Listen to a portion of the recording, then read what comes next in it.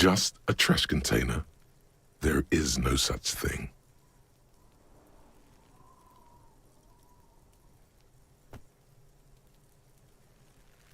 Your fingers start to itch just looking at that padlock.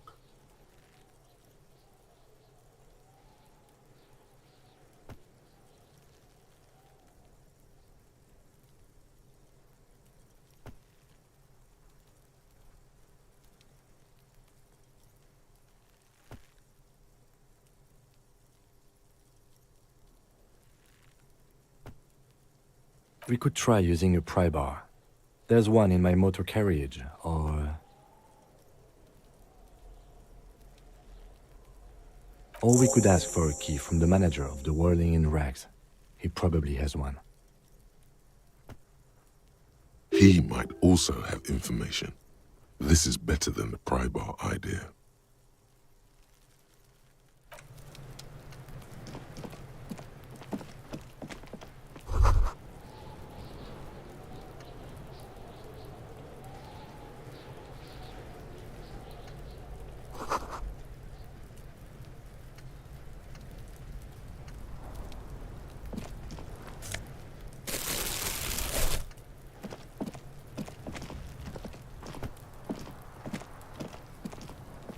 There are several footprints in the mud, left by work boots.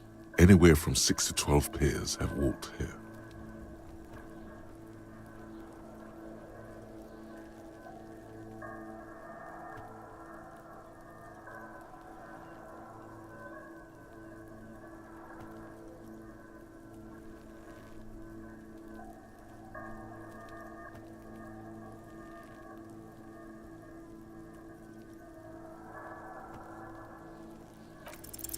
Maybe more than 12.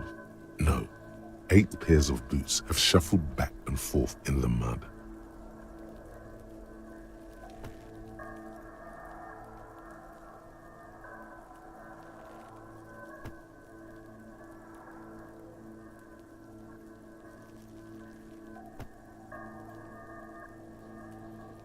One, standard work boot, steel reinforced toes, number 46.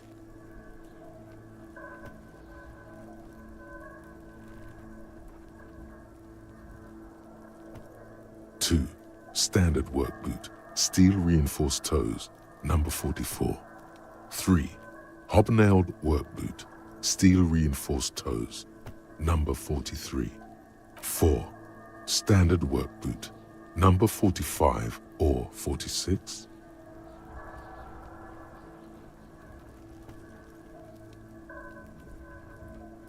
You don't know.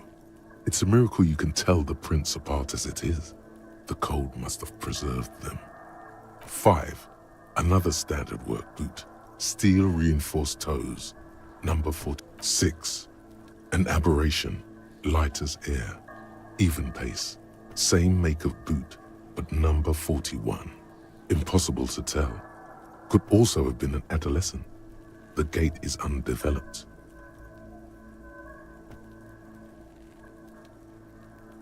You're not bad. It's as if the whole world darkens. Everything else has a thin film of unimportance on it, and the tracks burn in the middle of it, in a strange, beautiful way. 7, the glowing outline of a standard work boot, number 46. But the imprints are twice as deep as the others. The weight exceeds 200 kilograms.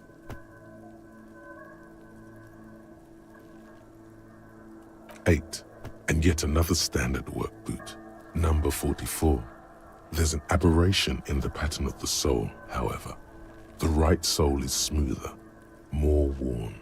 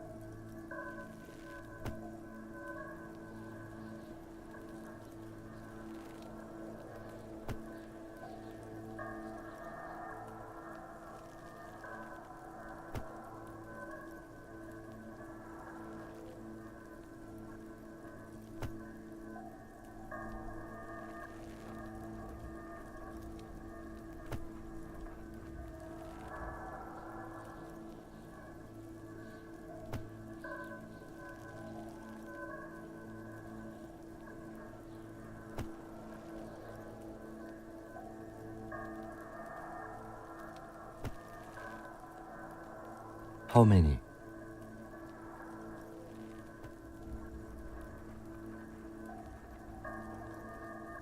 I was pretty off then. I counted 20.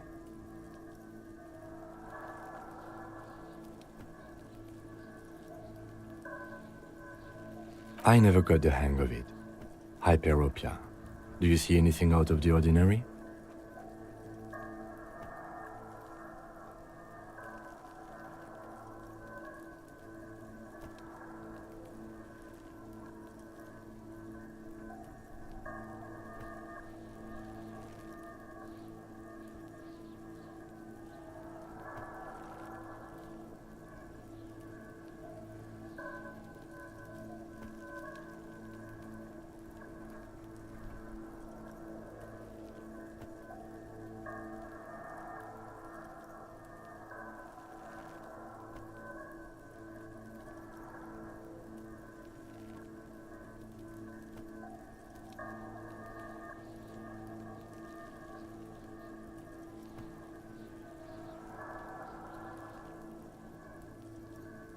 Interesting. Let's name it the Old Soul. Someone operating a workbench with a pedal? Like a joiner at the harbor. Or maybe a drummer?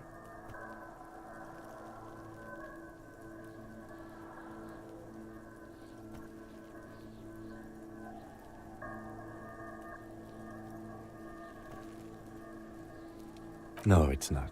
Forget I said it. We are not looking for a drummer. Perhaps it could be a driver.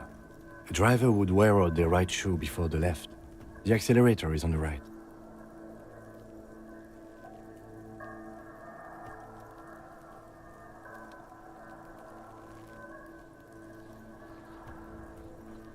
We should keep our eyes open around the traffic jam. See whether anyone strikes out as a potential suspect.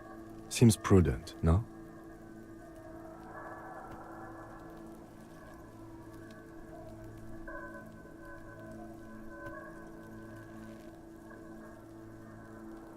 Mm-hmm.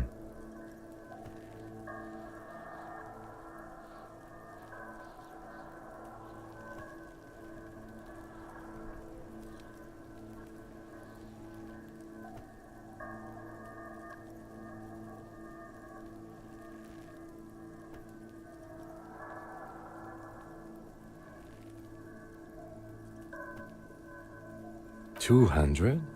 Could it be the combined weight of two people, one carrying the other who's tied up? Let's say a heavily built worker carrying a similarly built, soon-to-be-dead man.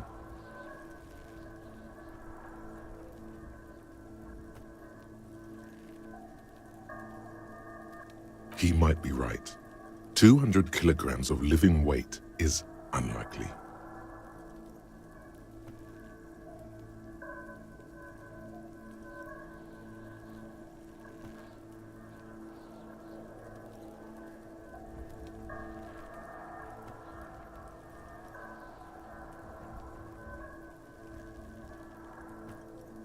Possibly, yes. But why?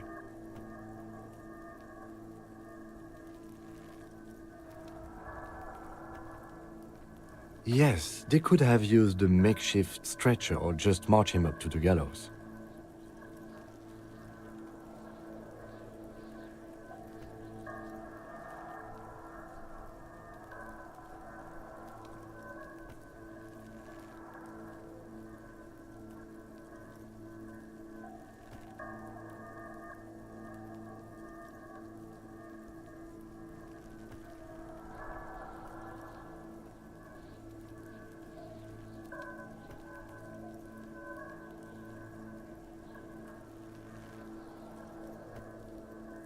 Even easier to carry on a stretcher, or between two men.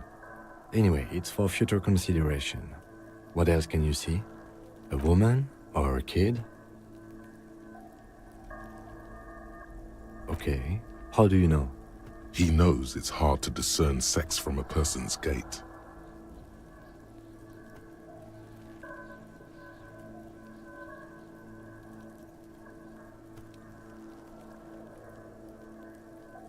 Understood. Anything else? A week, maybe? 7 days would fit the time frame provided to us by the caller, who reported the hanging. It is not impossible. I pulled last week's forecast for coastal Revachol. 7 days below freezing. The day before, the day of his hanging, was the last warm day. Correct again. Sub-zero temperatures would preserve the tracks in a good state. The commotion here could have taken place a week ago.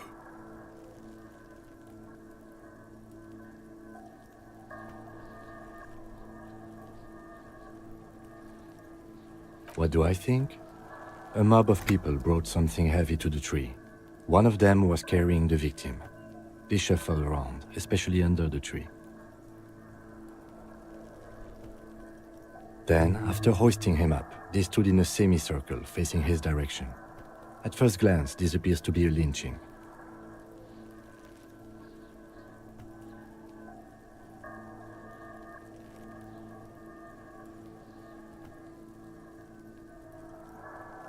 Indeed, they all stood in a row here and looked at the tree.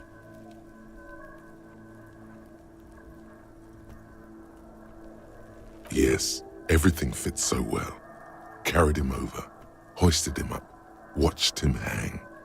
This is easy. The lieutenant's eyes narrow. He's thinking to himself. Either way. What else?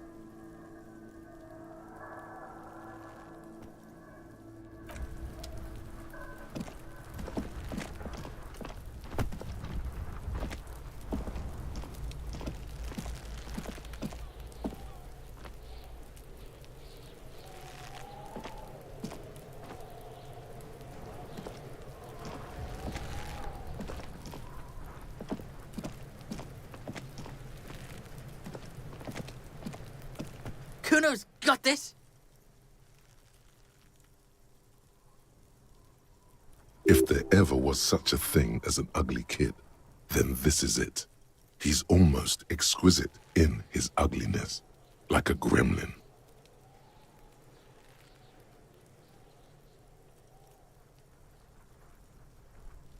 Oh yeah, nappa comfy, Kuno!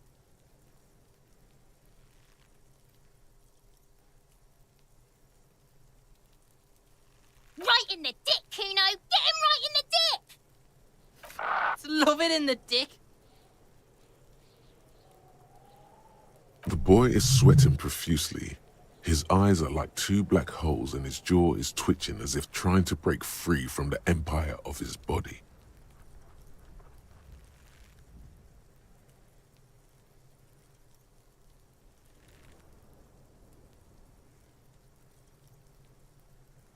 The kid is obviously high.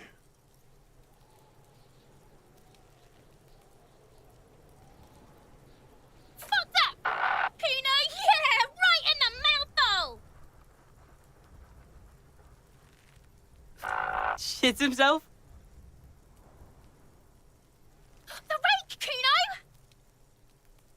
You should throw the rake at him, Kuno! The fuck? Does Kuno know what a rake is? Kuno's not a gardener.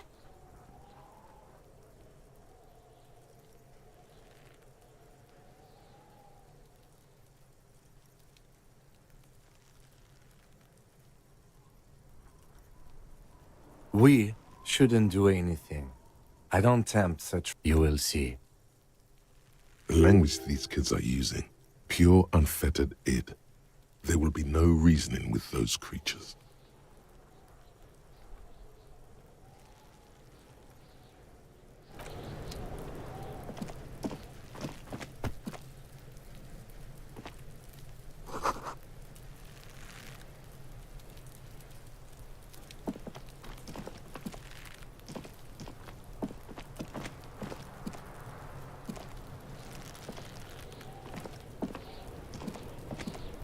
The corpse looks at you with bulging white eyes. The face around them does not look human. It's swollen and ready to burst. His lips are fish-like and his tongue like a ball gag in his mouth.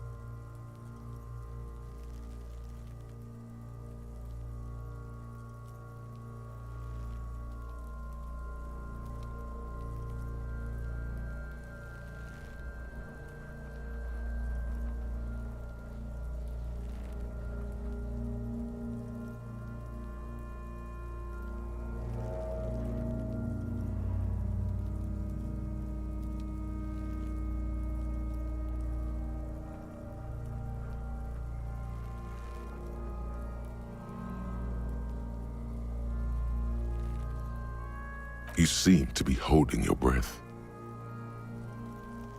A cargo belt twists his neck at an unnatural angle. The body below appears stiff.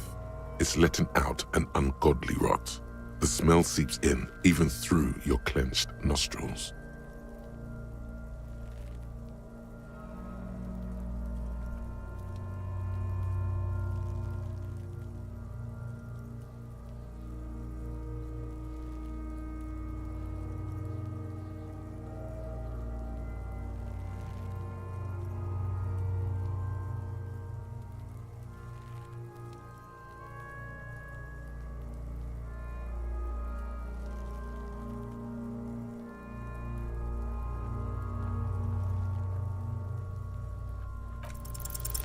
The smell is repulsive. It pushes in from your mouth, more instant and more familiar than anything you'd expected, more fever than odor. It fills your mind, flushing you from within.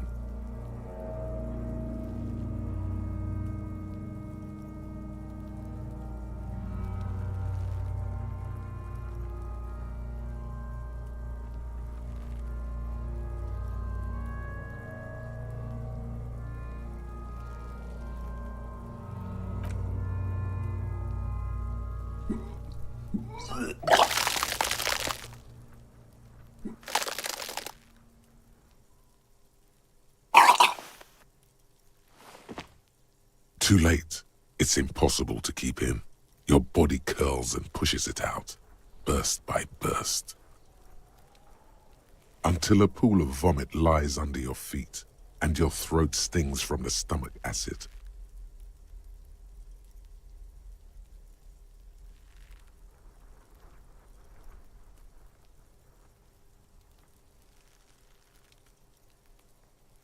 The smell of Commodore Red rises from the pool. Among it, distilled spirit and bits of shish kebab.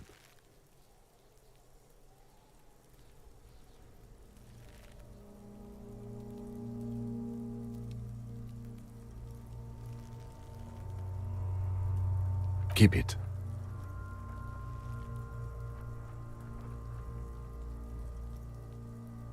The hangover is clearly making this worse for you.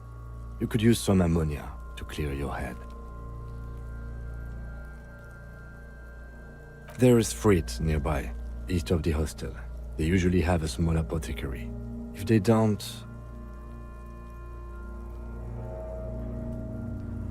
There's a greenhouse here, and a gardener with a wheelbarrow on the corner of the whirling in rags.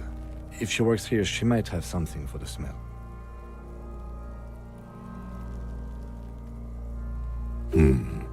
Pretty clever. Acquiring ammonia will provide a modifier to the white check. Modifiers make checks easier and allow you to retry them.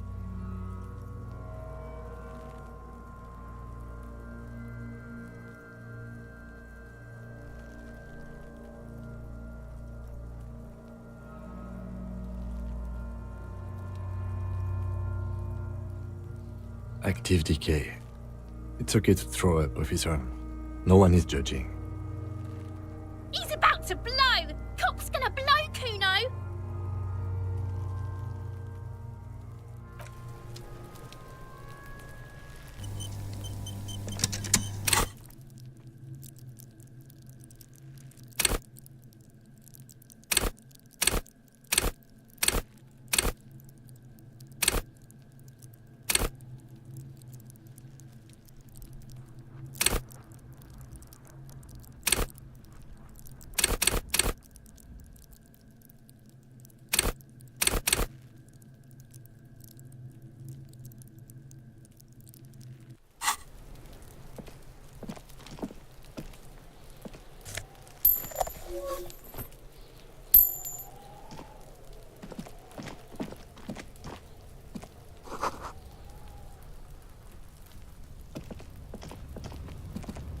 An inconspicuous pile of the roofing material, Eternite.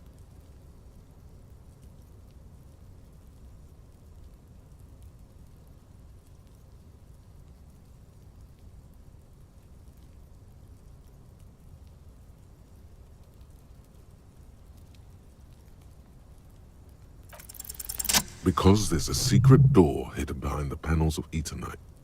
That's why they're too orderly. There it is. You see a shabby little door.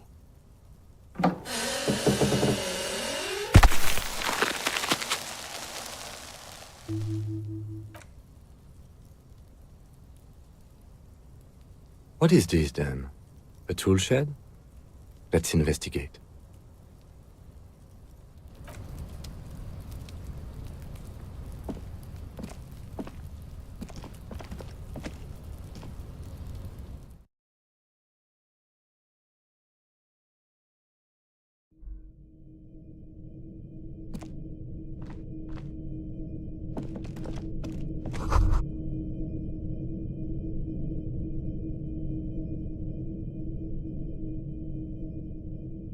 Be still, my beating heart.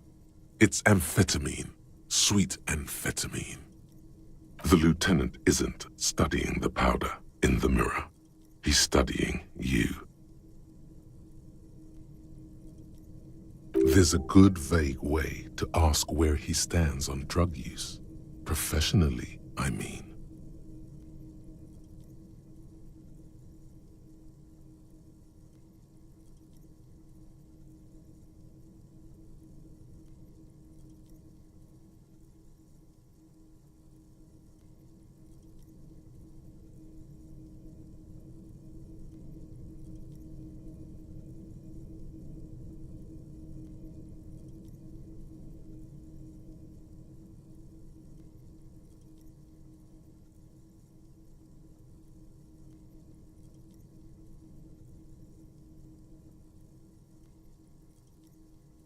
Perhaps not.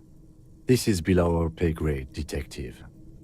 However, see that ladder there?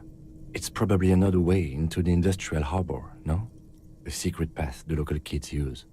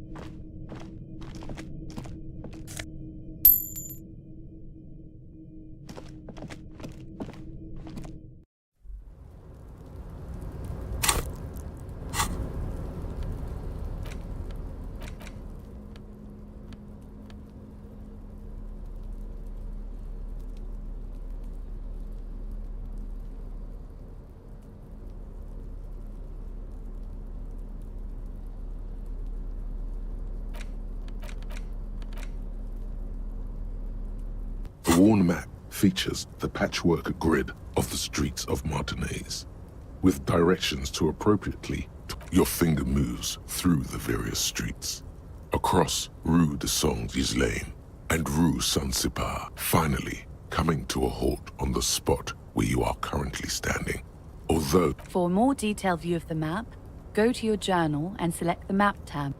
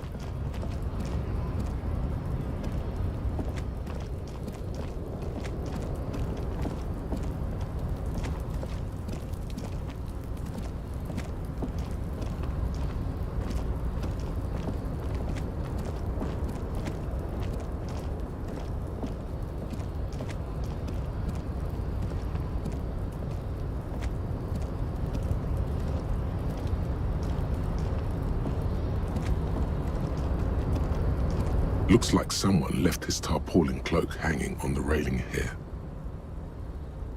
When the wind ruffles the cloak, you can most definitely see a white rectangle on its back.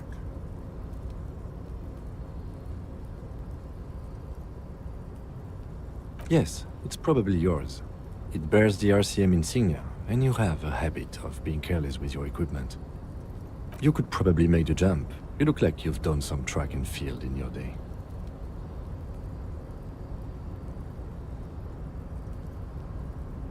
The wind is aggressive up here. The lieutenant looks at the enormous crane towering in the distance over the container yard. That machine is a Kvalsund 1020 HK.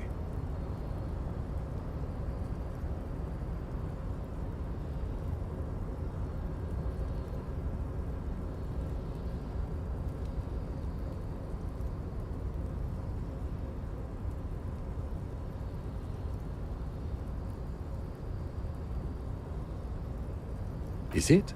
Kvalsund makes a lot of heavy equipment, but this is phenomenal, even for them. But I digress. We were focusing on your cloak here.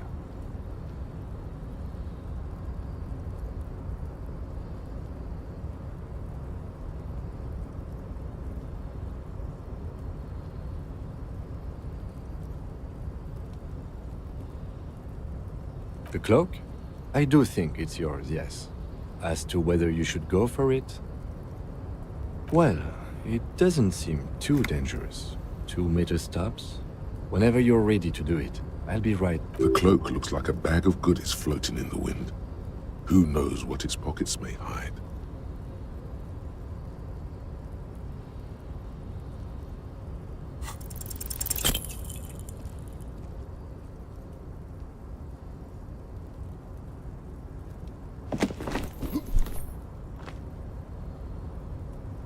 Nope, no. That's still too high. What were you thinking? You're not a gymnast. You're a boxer. And you've climbed way too high up here.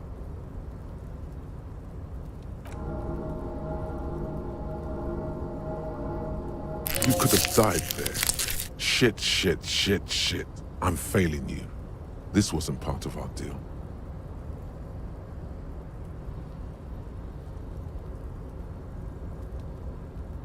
Hey! What happened?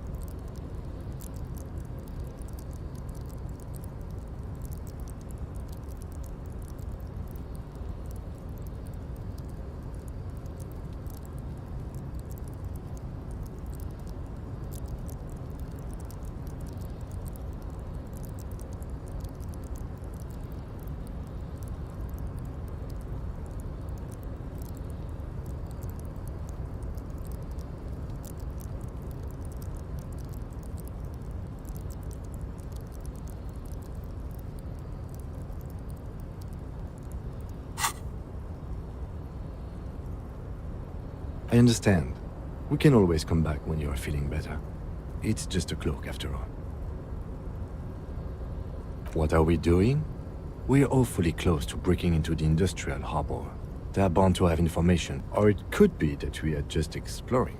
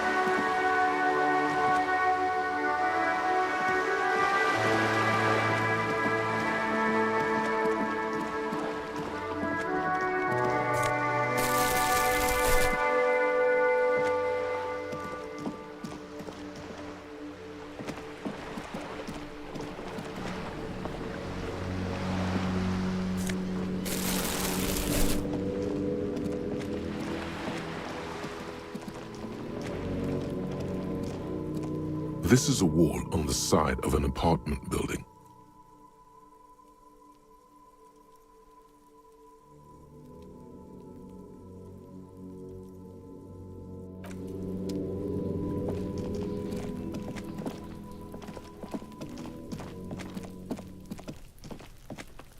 There must be another way into the building.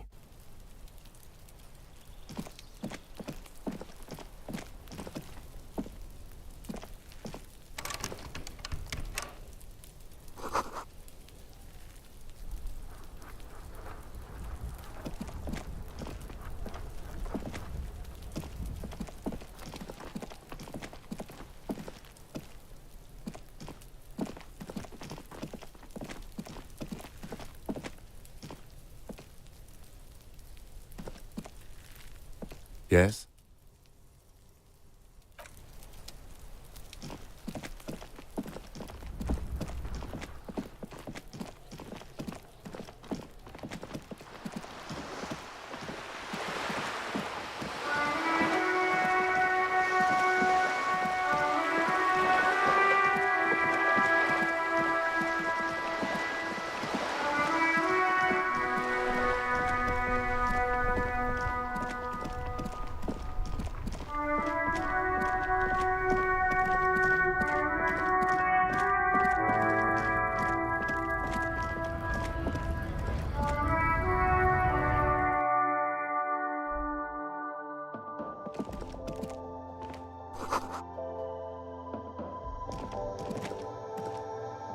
The tear machine. Your bottles clunk into the machine.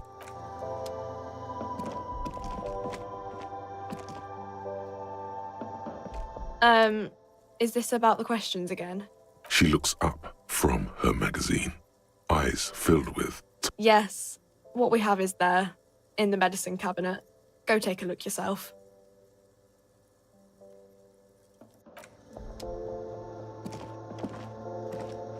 A small cabinet on the wall is filled with various medicine bottles, nasal sprays, and blister packs. They all bear the Saint Baptiste Pharmaceutics logo. Their logo is the bloodless rose, pure white, untouched by harm.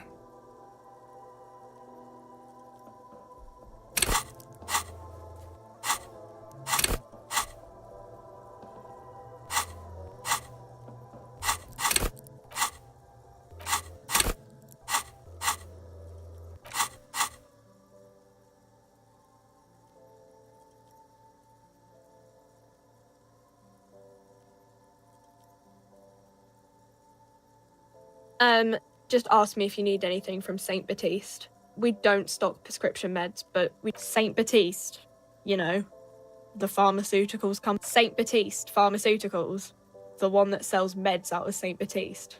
That one. She is right. Saint Baptiste, the company, derives its name from Saint Baptiste, the city. Itself so named because that's what it is. A rare case where that really is the full etymological history. As far as almost anyone knows, at least.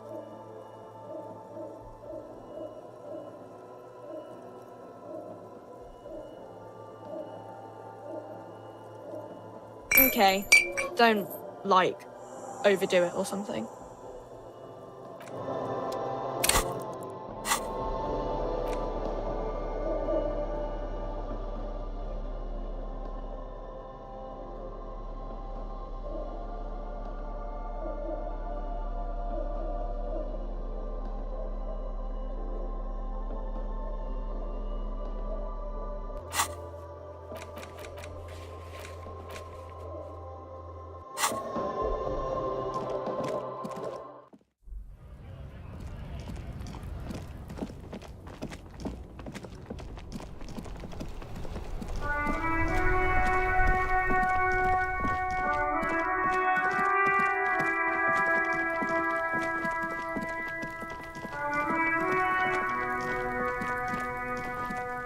There he still is, looking right through you with his white eyes. The body below is entirely dedicated to that corpse smell. Emitting it is all it does now.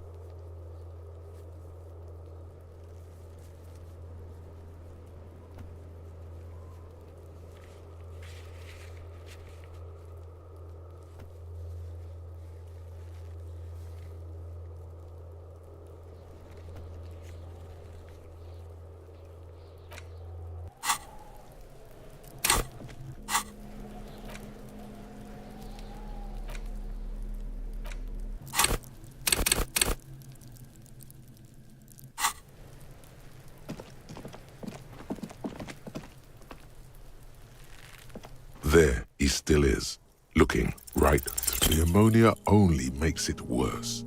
The combination forces tears out of your ducts. You managed to keep it in once.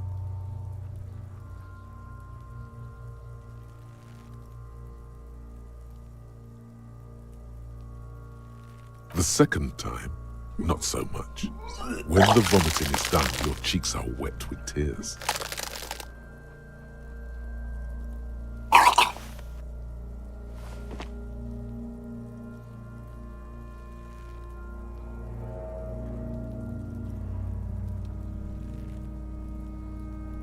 Are you okay, officer? You're facing tough odds here. It's aggravated further by alcohol withdrawal.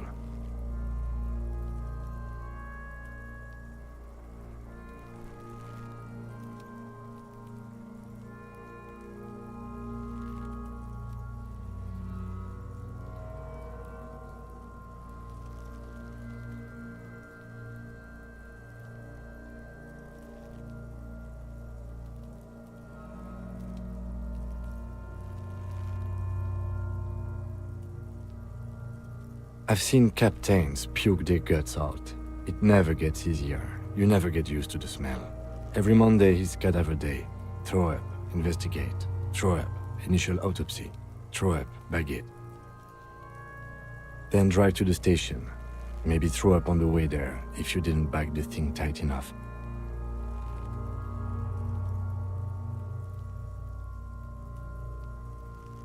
Monday, make sure you bring a handkerchief.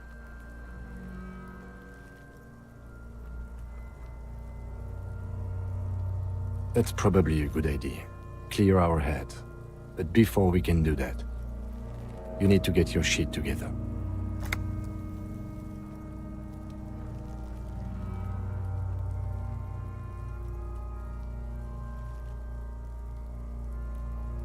We should go talk to the locals. Find something else to do while the wind changes. It's pretty bad right now. You've gained a thought. When this dialogue is over, go to your thought cabinet and internalize. Give it half an hour. Get yourself together. Then come back and have another go.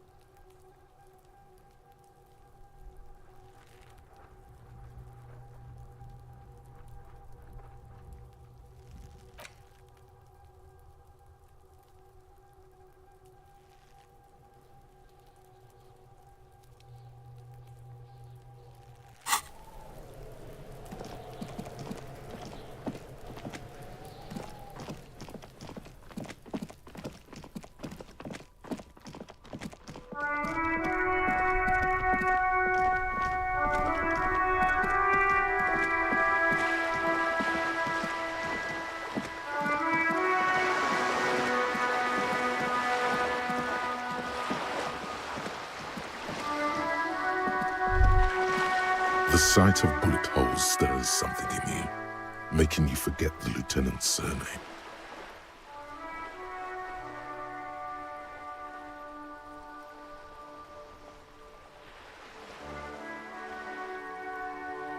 The faded marks are too degraded to draw any forensic conclusions.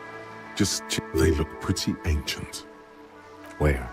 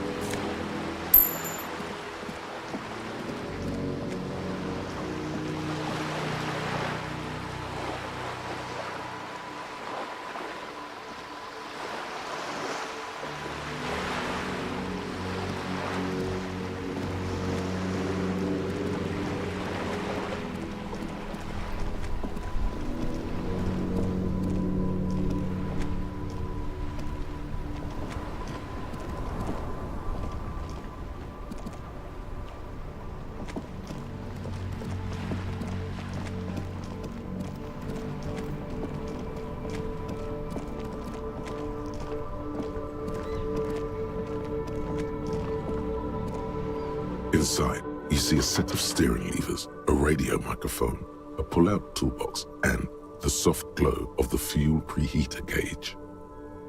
A metallic drawer slides out from under the seat and clicks into... Take what you need, officer.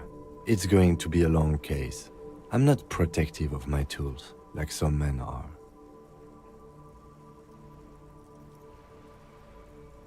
The pull-out toolbox slides back into its nest. Preheater gauge casts a warm glow on the steering levers and the radio on its hook.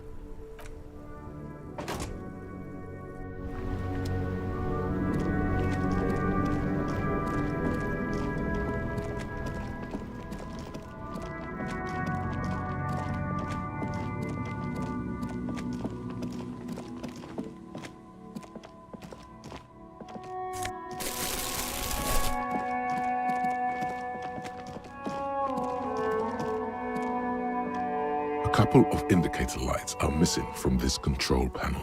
Loose wires dangle from the now vacant holes. In the middle is a lever.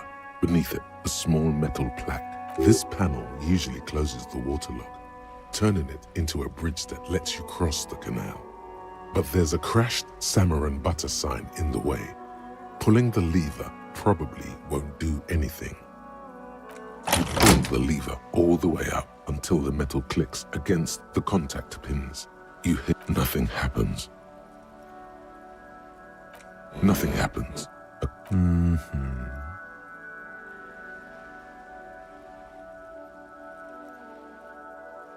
A spring brings the lever back to its original position. You still need to close the water lock to get across the canal, some other way.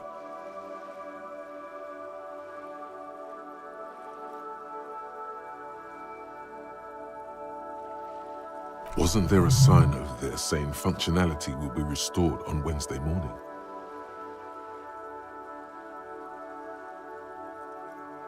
You pull the lever all the way up until the metal clicks against the contact pins.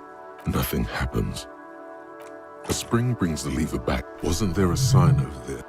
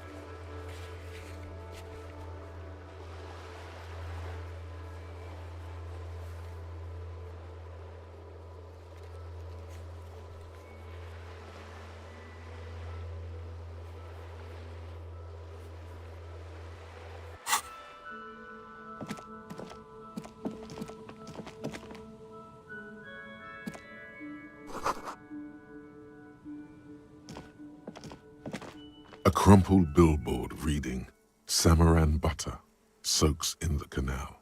Two ugly lines mar the bright countenance of the blonde boy depicted. The sign billboard has fallen on the waterlock, keeping it open, and thus out of order.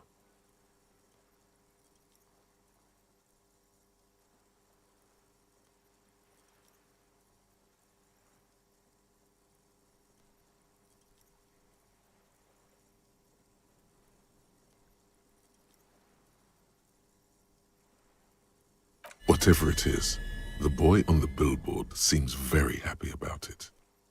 Goat milk butter. The Samaran terrain makes it easier to raise goats than cows, and the local goat farmers produce high-quality meat and dairy staples that add variety to other nations' diets. It's an acquired taste.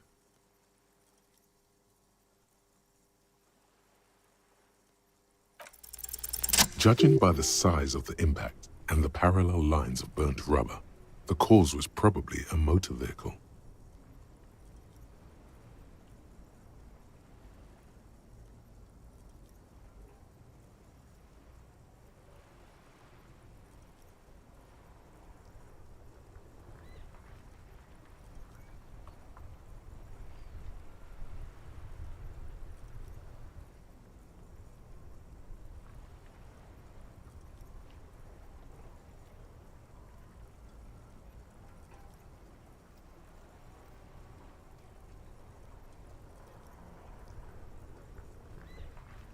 These look like the same tire tracks I saw earlier, in front of the whirling rags.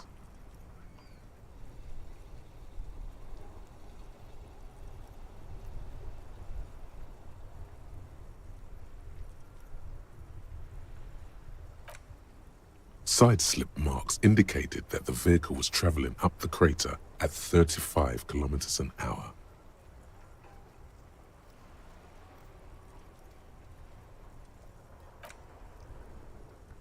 The black marks on the roof indicate that the vehicle vaulted from the crater to the roof of the shack.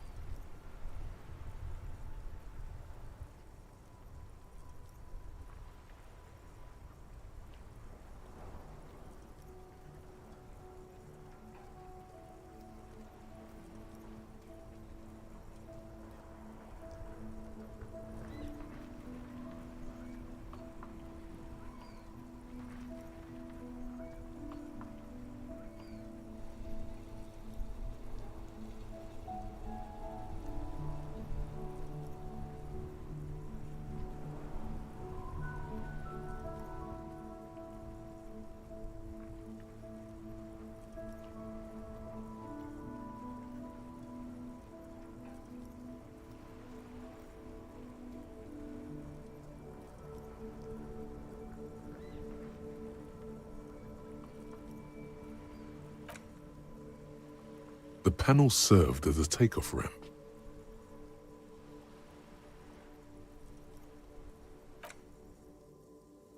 The vehicle soared through the air, hitting the billboard and upsetting the posts. Then it continued its flight, taking the billboard with it. The sign broke the vehicle's fall into the canal. The Samaran Butter billboard still looks freshly painted, suggesting it took the plunge recently.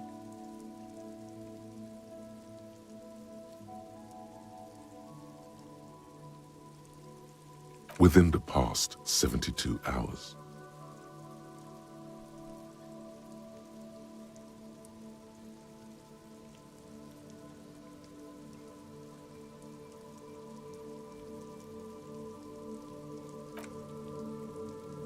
Still speeding, the vehicle made a loop and vanished into the fog along the coast.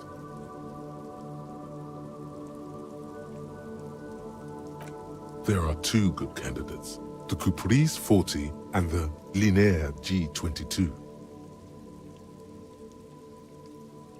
It's about the right size, and the tire marks look like they came from the skinny tires frequently found on the Caprice 40 is a very popular model, with bank clerks, topping pie delivery drivers, secondary school teachers, cops, strippers dressed as cops, undressed strippers.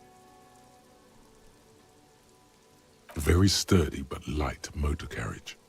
More likely than most to survive. The Linear G22 is not a particularly popular model due to its peculiar proportions, which the manufacturer's design team probably thought about for too long.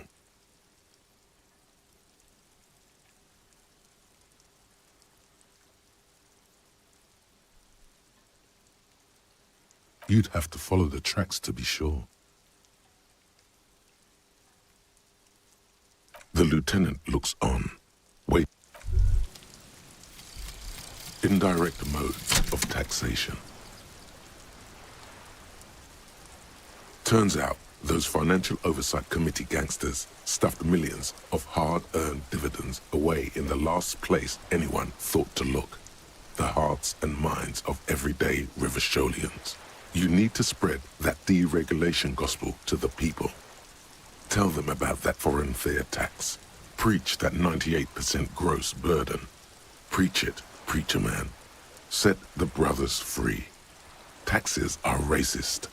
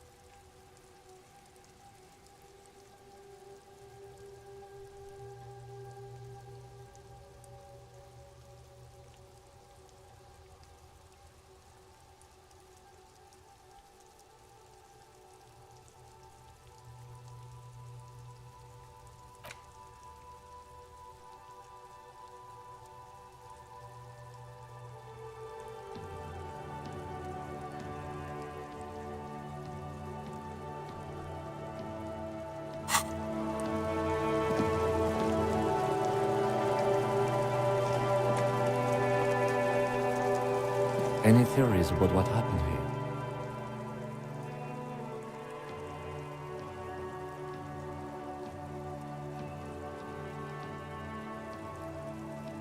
What kind of car do you think it was? That's quite likely, from what I can tell.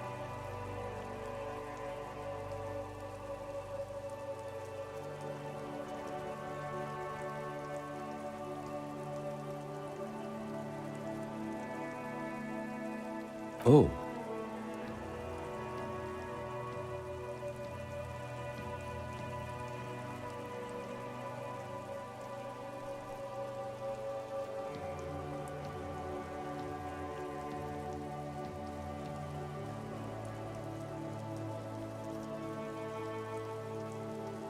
The traffic hooliganism?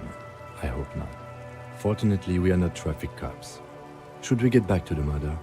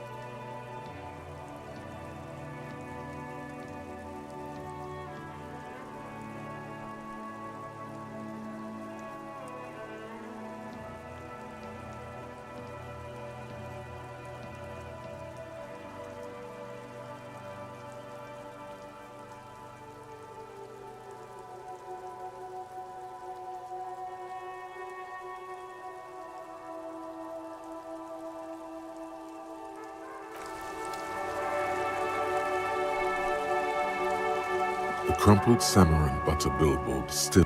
The lieutenant looks on.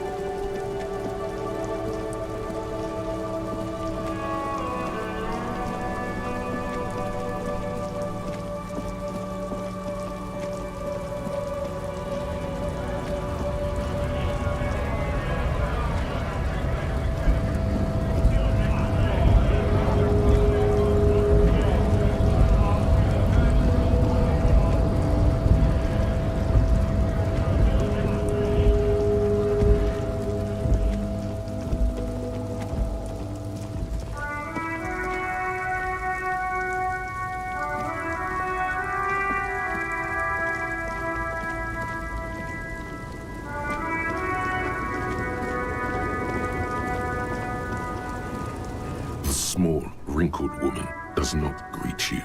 She nods along to something on her radio. A photograph is clutched in her hands, and there is a warm smile on her face. The photo, an ambrotype from the turn of the century, as golden as her smile. No response wherever this woman is. Wait. She's just a distracted old woman. Better to leave her alone. Why? I just told you why.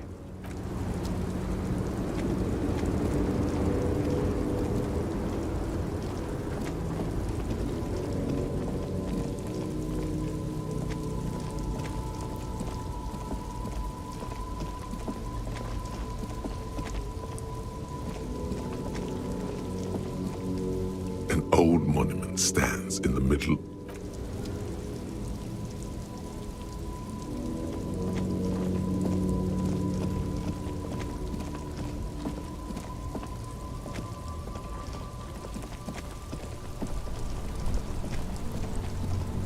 Stuck in the rain in a traffic jam, man. What's on your mind?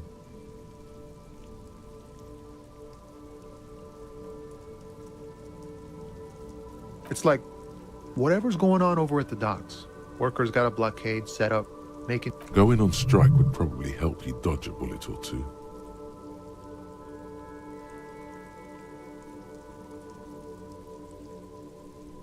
Some pretty wild stuff, I hear. Like a giant new power crane in half of the company? I forget what exactly. Good on them, I guess. I've heard talk there's a company rep in town, too. Like a strike negotiator type. They'd know what's up. Precise demands and so on.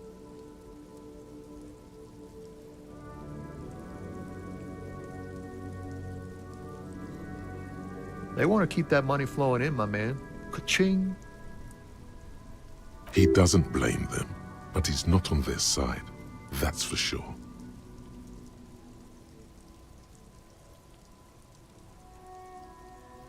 Anything else? Yeah, this ain't really my area of expertise.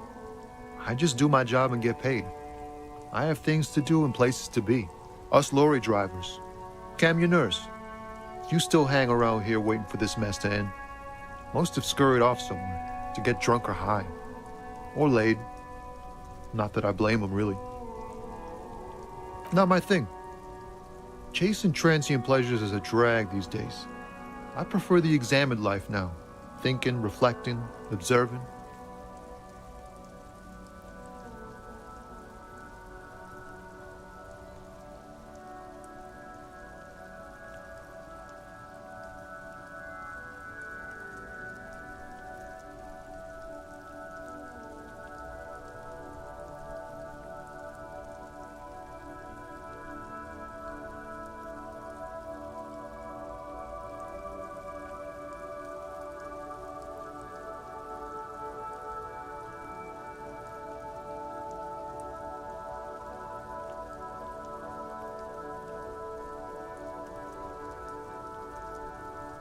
He tries his best to look nonchalant, but there's a rigidity in him, as if trying to conceal something warm and deep beneath a cool exterior.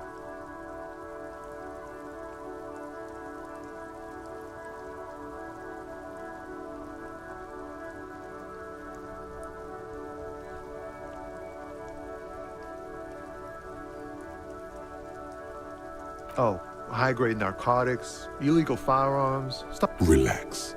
He's merely joking.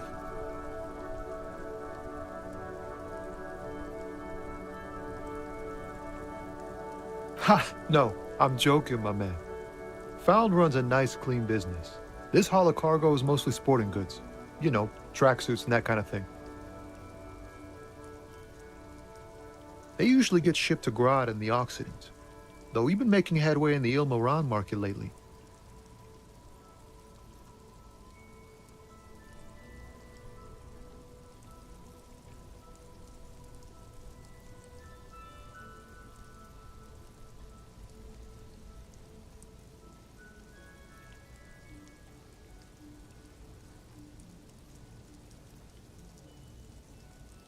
This rockin' beauty.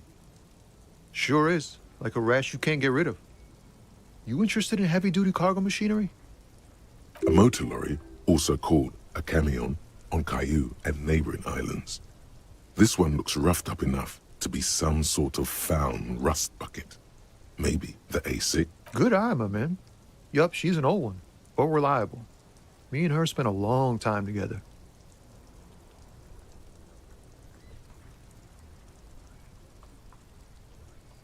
We're pals and all, but I can't just freely hand out the merchandise. The bosses won't be happy.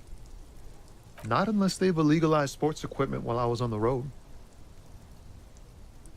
The man taps his fingers rhythmically against his arm.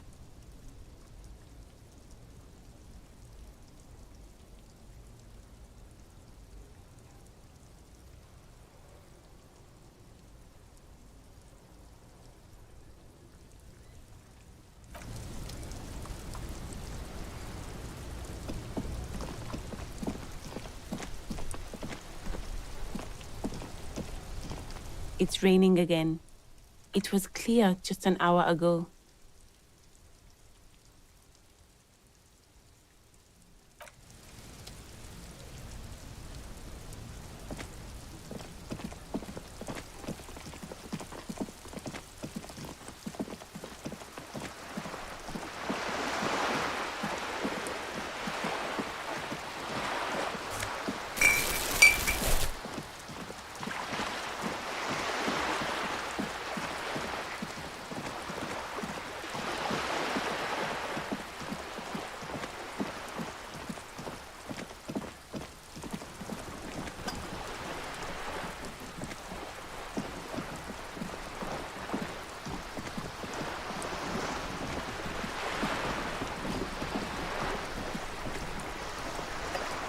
You're back. Good. What can I help you with? Why, yes I am.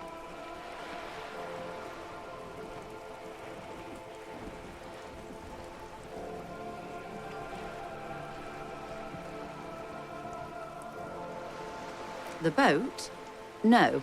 It is called Cor de Leyte 19 because that's the type of sloop it is.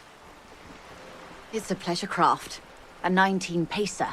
It also happens to be rated for Category 1 racing. Though these days I mainly use it for business. My sloop? I like it a lot. I'm enjoying this part of the interview. It has so little to do with the murder we're investigating.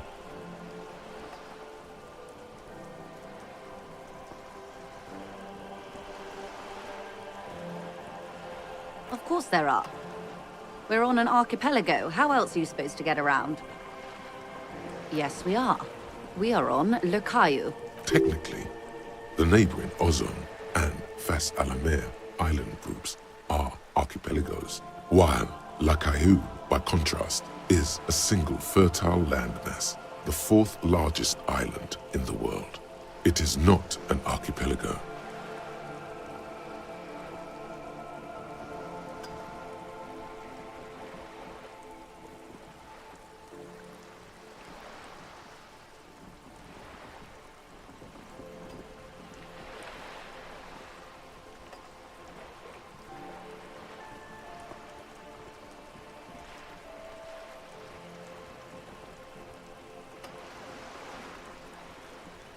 Okay, if you want to get technical. The point is, we're all on islands here, and sail is still the most expedient way to get from one island to another, especially when you're in a hurry to resolve a strike.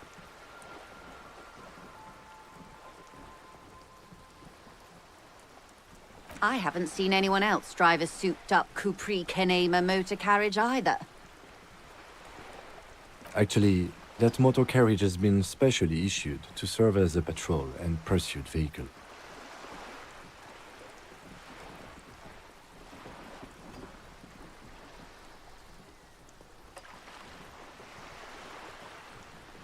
It's for crossing long distances in the greater Revachol industrial harbor. It's not a toy. Neither is this. A toy, I mean. It's a machine for crossing long distances in the Bay of Revachol, between the city and the islands. You need to make this lady admit she's only riding around on this boat because she's rich. You have the guns and the ammo. Take this Clausen fiend down.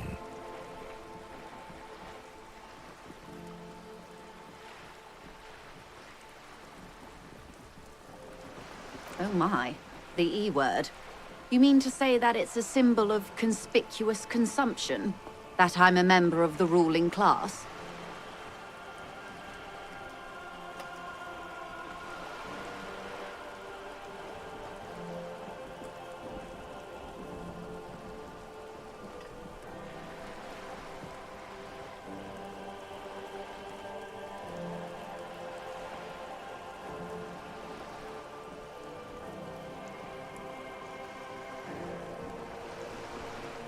Detective, may I remind you that Mrs. Messier is a professional negotiator. Then what does that say? Does it say docking reserved for residents of Rue de Saint-Ghislain, 33A? 33A? This old proletarian haunt here? As I said, plenty of people drive boats, of all social strata.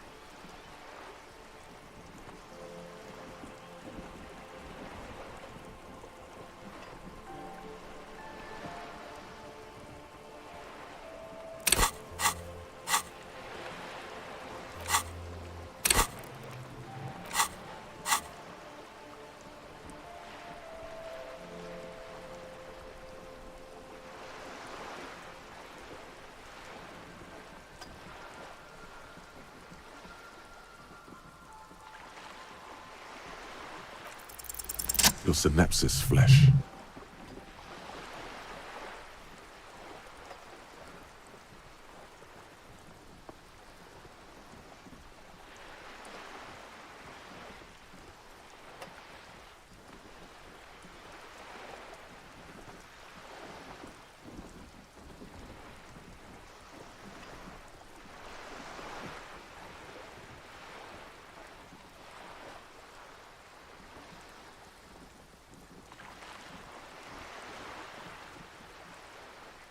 Okay, it is anti-centennial.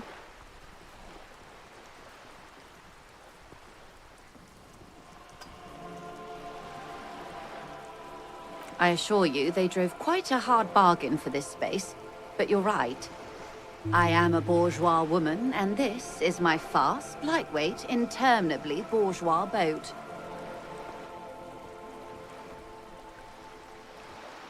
Good.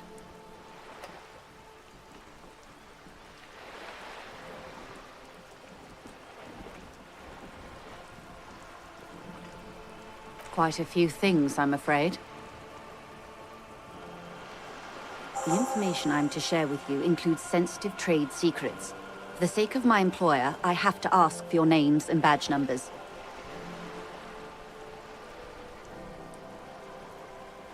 Of course, ma'am. We should have introduced ourselves. I am Lieutenant Kitsuragi, from Precinct 57.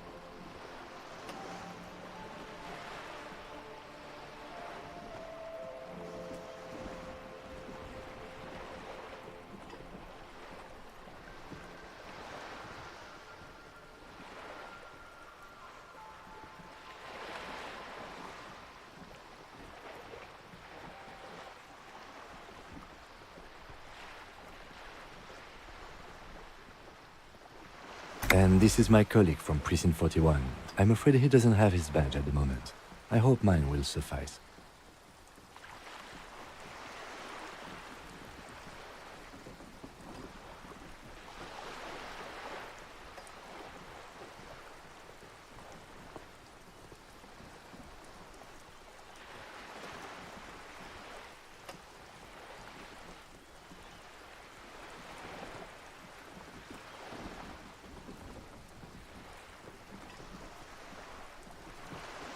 How curious. Why is that, Detective?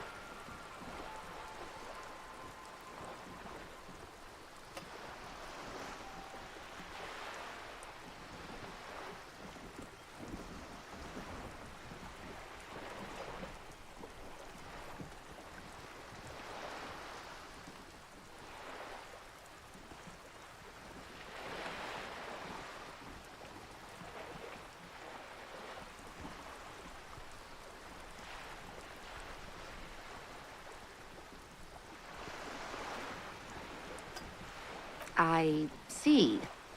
So, are you saying you lost your badge during the course of this episode?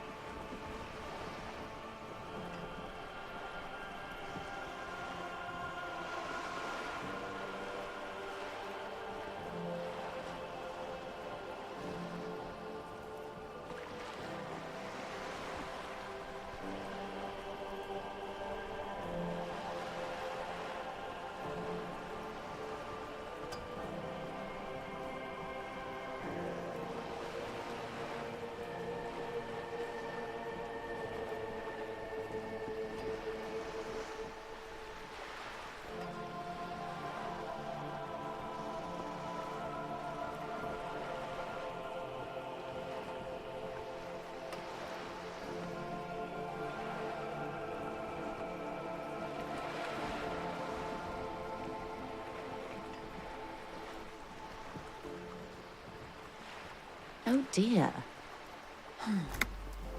I suppose this does explain some of the more curious turns in our conversation. She must have been suspecting something for a while now. As I said, ma'am, his technique may be very unconventional, but he is an officer. Of course, I sympathize, but I'm afraid I simply can't share anything more until I've seen that badge. She's a professional negotiator. She should be open to some sort of mutually beneficial arrangement.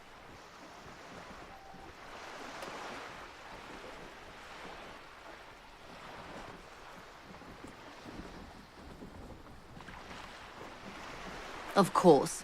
But before we do, officers, let me be perfectly clear.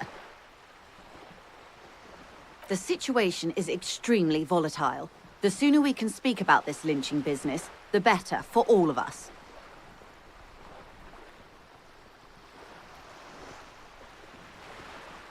More lessons in basic reality? My favorite part of the day. Go ahead, ask me anything.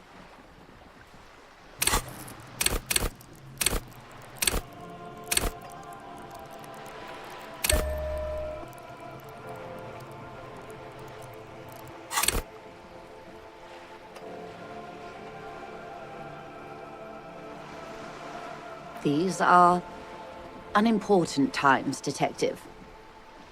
You and I were born after the dust had settled. 1,000th of a second too late.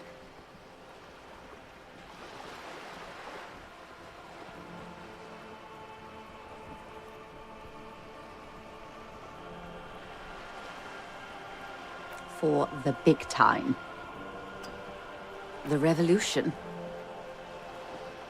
It's quite easy. Every 100 years or so, our species gets together to decide what's next, who gets shot in the head, and who gets the mineral rights.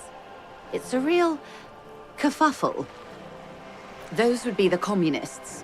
Generally speaking, 40 million people got shot in the head during the World Revolution. But the communists, oh, and the anarchists too. They shot them well. So well, one forgets they... She likes the totality of it.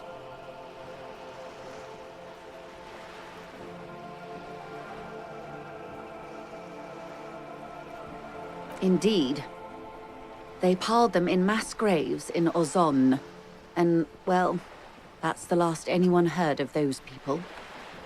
Did they ever? Before they got shot themselves, they shot 2 million people. This does not represent the official RCM opinion. Don't worry. Klas Mazov shot 15 million people in the head. But that was all the way over in Grad.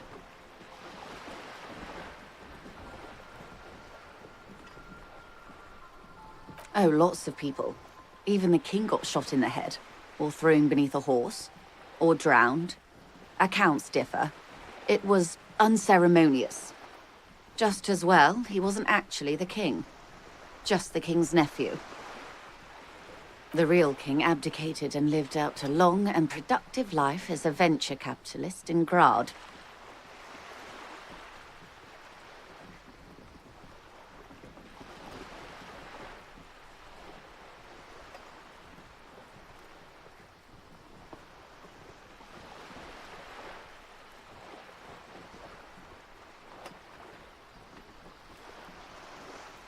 About head shooting?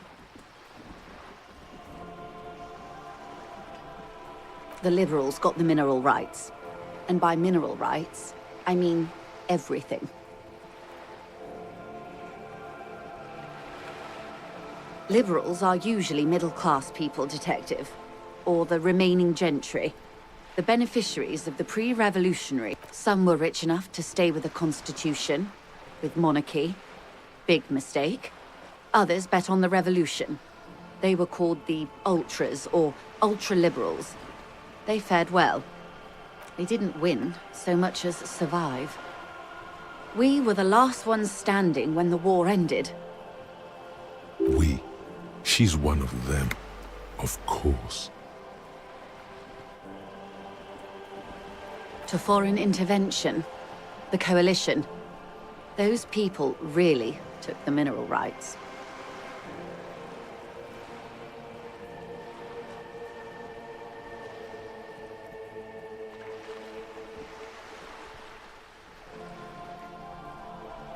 The Coalition of Nations, Grad, Mesk, Vesper, Messina, Oranje, and Sur-la-Clay, the arms center of the world. They landed here and ended the revolution. It was the moralist thing to do. The moralists believe in keeping everything exactly the way it is. They believe in mineral rights, at least not in the same manner and volume as the others do. They are the long-standing provisional rulers of Revachol now. This is their zone of control. They embolden the RCM with crumbs of the same law they took. Technically speaking, you are a moralist. The color of moralism is blue. The official motto of Moral Intern, or Moralist International, is a blue forget-me-not, a piece of grey sky. Unofficial. For a moment, there was hope.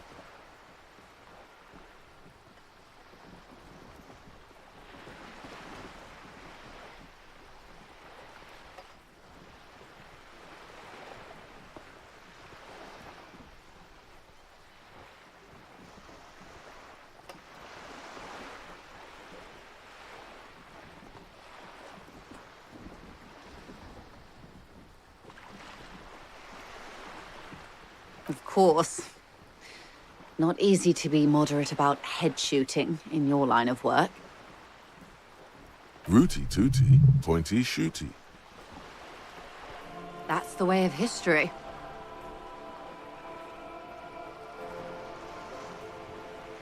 The turn of the century revolution?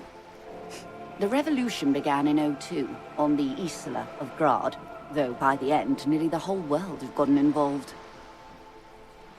It wasn't a who, but a what. A pandemic of Zarat, a particularly virulent prion disease, which the authorities in Grad proved unable to contain. Then Mazov came along and overthrew the government.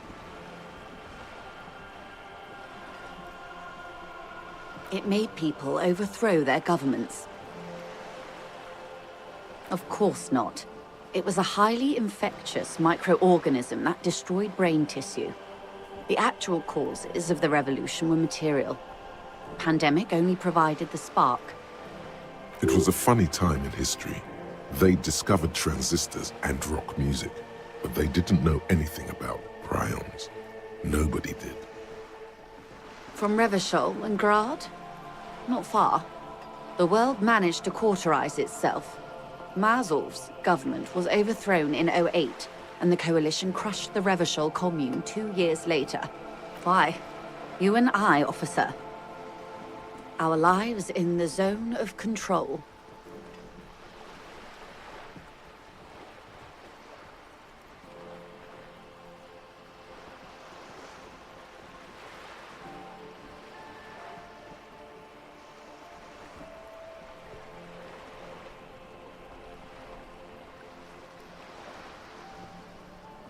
A city-state divided into free market zones under the everlasting interregnum of the Coalition of Nations.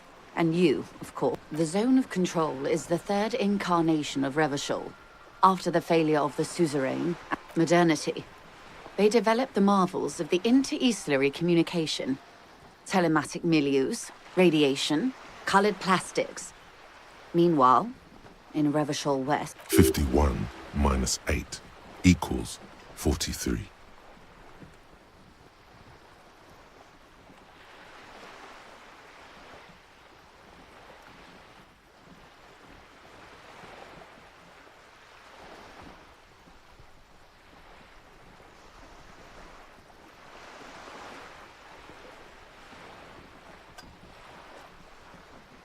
Time flies.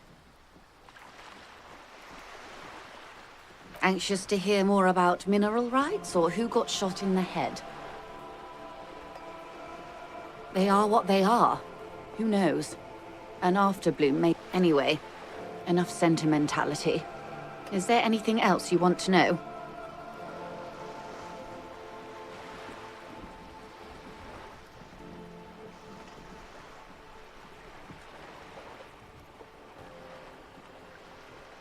Glad to have been of assistance. The little that I know. Hey. Psst. Psst. Hey, you. Yes, you. Word on the street is you're ready to start building communism again.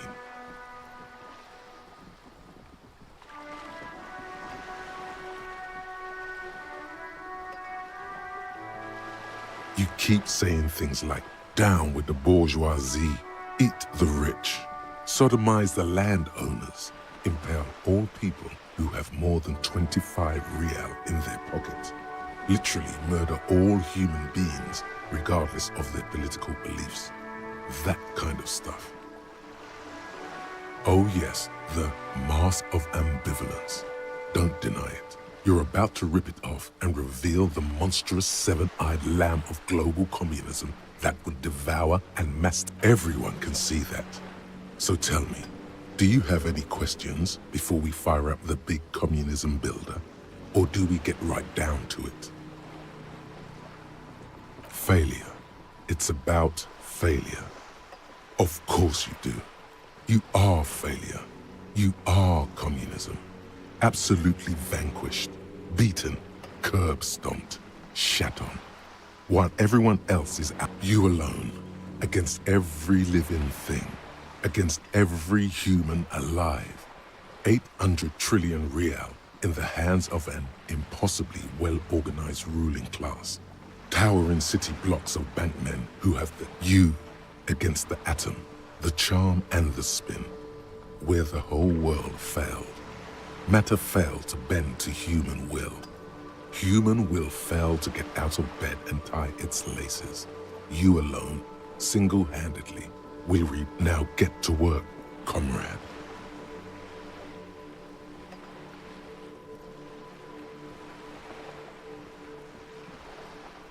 Very well. I guess no one will build communism then. Tell the working man it's over, unless anyone has no objections. It's mathematically impossible to achieve a classless society. Everyone knows this. Anyone? Anyone else? There's no one. Okay then, lie down and let the water carry you downstream.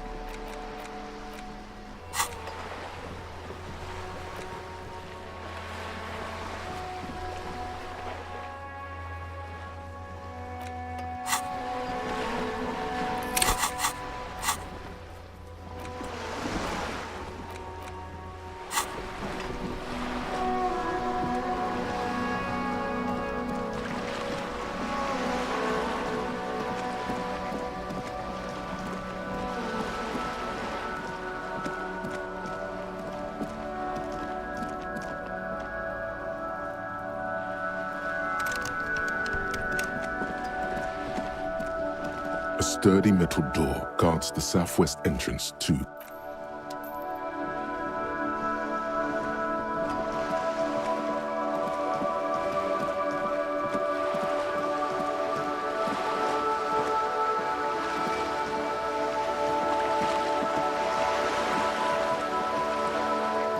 Yes? What do you want to know? You mean like a brief? Do you want me to brief you again? There's no reason to wing anything. If you didn't get the brief, that's 3 days ago, the RCM Emergencies Desk received a report about a security guard who was found hanged in Martinez. An anonymous caller said there was a dead body behind the Whirling in Rags hostel cafeteria. The cadaver had been there for 4 days. No one had come to investigate. During that time, the victim had been stripped of his belongings. The caller did not identify him, but used the word lynching. There is an ongoing labor dispute between the local dock workers and the logistics company Wild Pines. I was told we should approach the death as part of this dispute.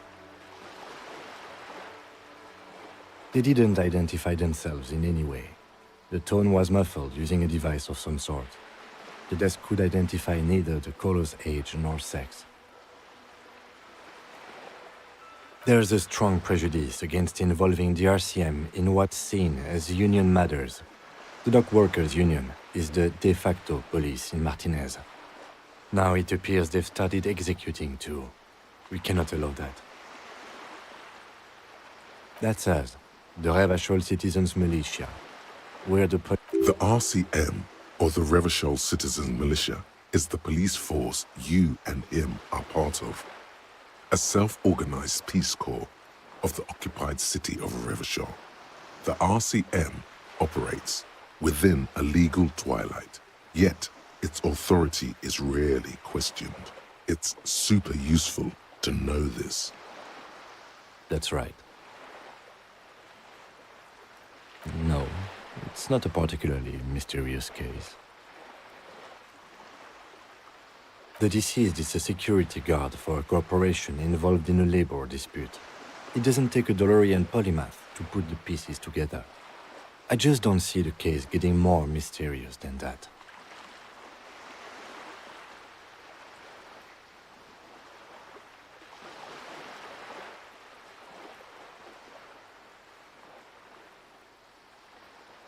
There was some interest in this case at my station, but not for the reasons you have in mind. You seem to wish there was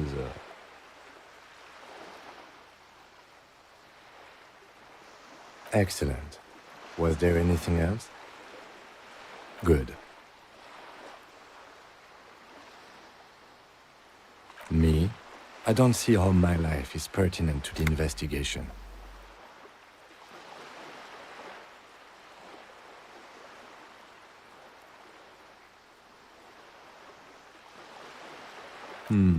That's a fair point. All right, for the good of the investigation, what do you want to know? No. The lieutenant nods.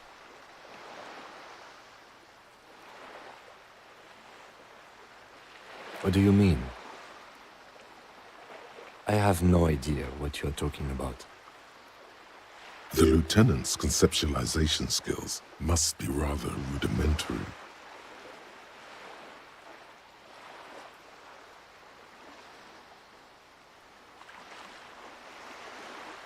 I can't say that it does, no.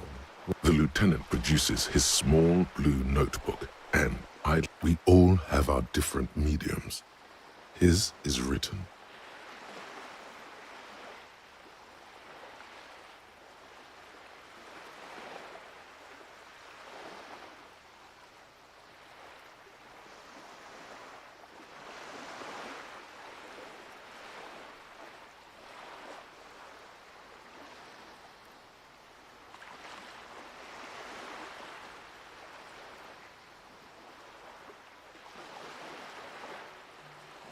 Good.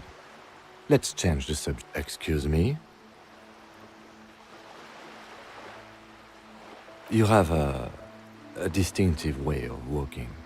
If I were to walk in front of you, we would surely collide. I hope you don't take this the wrong way. It's just a collegial observation. In the 57th, we call it the Jamrock Shuffle. Officers from Jamrock's 41st. They say it's a scene-clearing technique developed by one of your lieutenants for gathering evidence. Yes, but containers contain things, shiny things. They're interesting.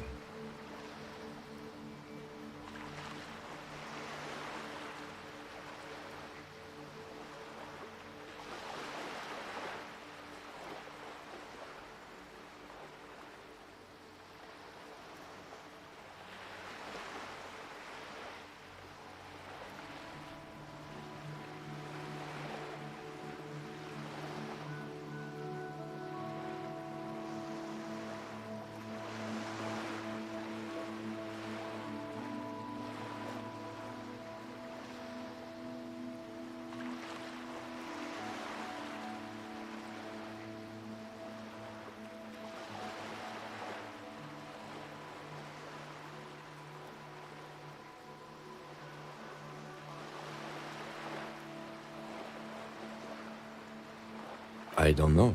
Containers contain, I guess. I'm making assumptions. We should move on.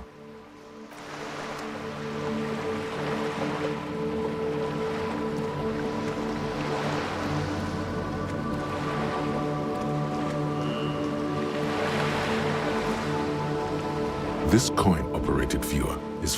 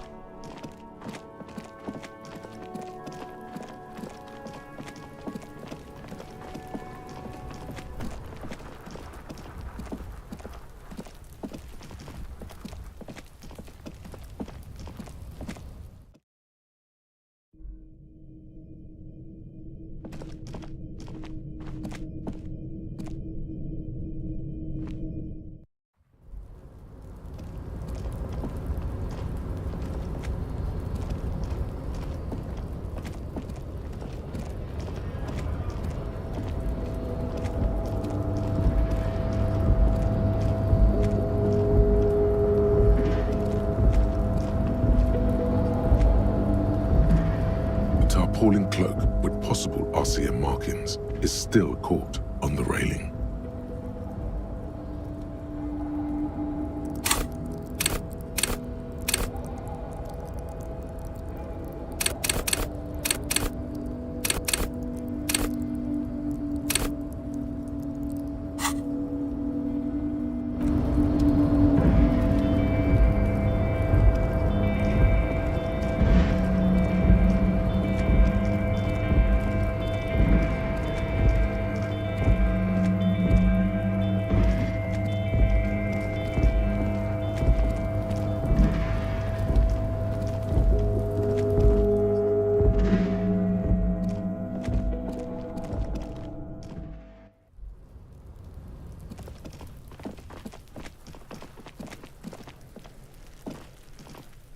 What do you see?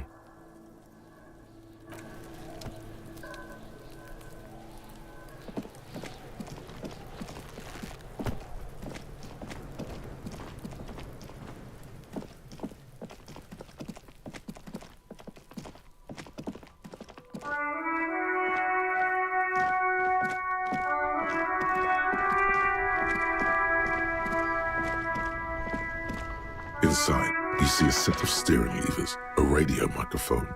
A metallic drawer slides out from under the seat. The pry bar feels nice and useful for opening all sorts of doors and lids. The pull-out toolbox slides back.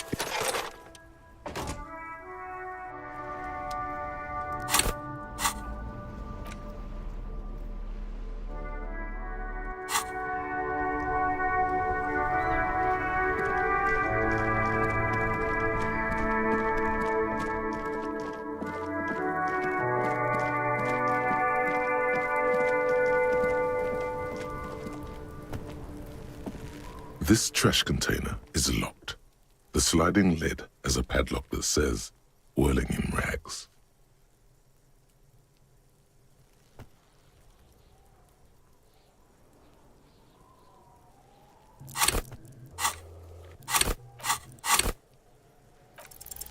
No matter how strong you think you are, this is really not something you should be attempting to do with your bare hands. Well, it is a container. Maybe you're prioritizing it.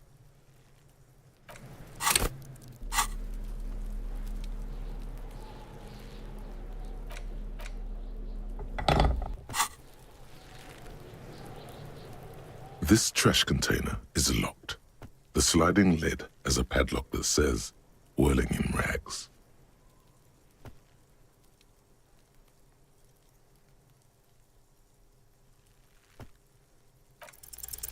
Force time isn't happening. You've jammed the pry bar under the lid, but it just isn't bending. The quality of metal is not the problem. From what I see, it's sturdy enough.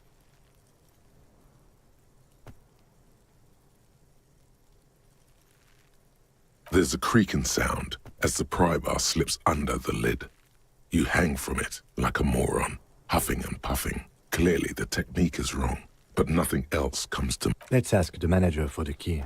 This is clearly not working.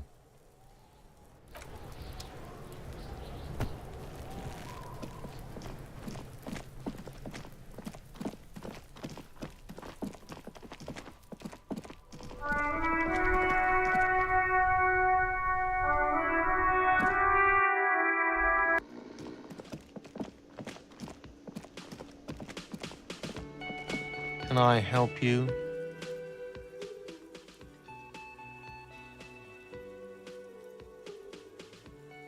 Mine? No, it belongs to the Whirling in Rags. Thank you for clearing that up.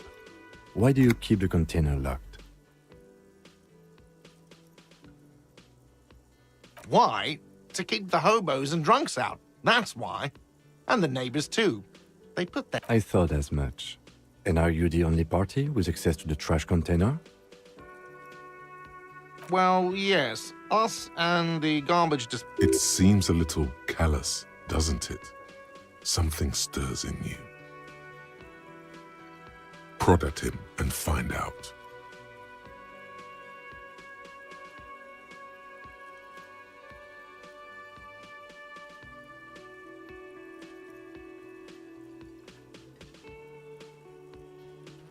Callous? What are you? Kras Mazov? Almost all establishments in Revachol keep their Krasmazov, nom de guerre, was an economist and a historical materialist. He was a leading figure on the Grad side of the Centennial Revolution, where he headed the 9-day government. Mazov is considered the father of scientific communism, Mazovian thought, or Mazovianism. No one was implying you were, officer. Where were we? What do you need them for? It concerns the case. Please cooperate.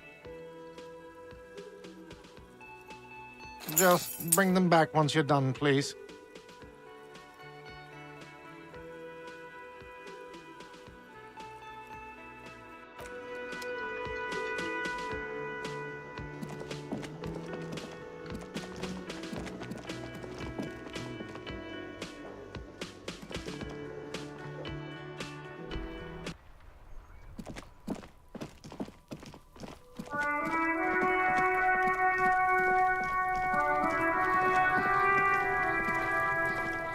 This trash container is locked. The sliding lid with a well-oiled crack. The lock pops open. It should now be possible to... Don't. Maybe you shouldn't.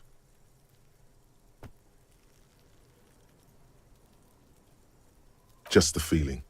A warning from some part of you.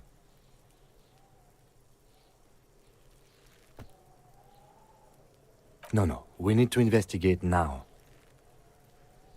The smell of rotten food rises to greet you. You see soggy cartons, dirty rags, and organic waste.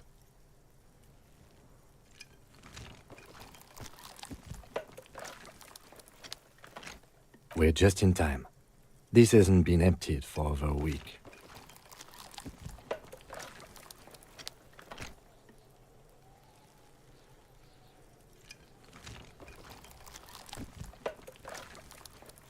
You see milk and egg rest with one broken egg in it. Some pasta wrapper. Picking up the soggy packages somehow feels familiar. You've done this before. The movements are recorded in your elbows, the methodology in your fingers. You're used to this. No, searching for evidence in the trash. A box falls into pieces in your hands. Batiste Soleil cereal. There are plastic pasta packages below, and turbo noodles. Nothing of note, however. Among the threadbare kitchen towels, something catches your eye. A pair of denim trousers. As the legs of the slime-covered jeans begin to unspool from the garbage, a rank corpse smell fills the air. The victim's clothes? Cadaverine odor is faint. If these belong to the deceased, they were removed when he was still in the early stages of decay.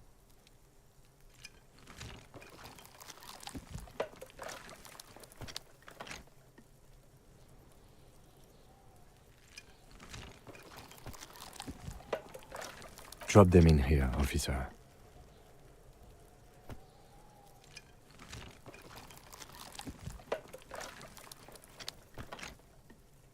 Guitar marked blue jeans. Pockets empty or emptied. He wore them with a belt, too, a white belt. The loops appear stretched, but the belt is missing. That's it. Do you see anything else in there? Something slimy catches your eye. A drab, long-sleeved shirt, olive-colored, appears from the food waste, dripping with pus. This is a military-type overgarment. No label or serial number. This is the kind of rib-knit shirt that's worn over light armor to conceal it in an urban scenario. Anything more? The rest of the rags are just kitchen variety waste. A yellow old mug that catches your eye. But other than that... All right. We should go to Gart again and ask if he knows who put the clothes in the trash. It could be as simple as someone from the hostel cleaning the yard. Or that one. I'd advise against confronting that force.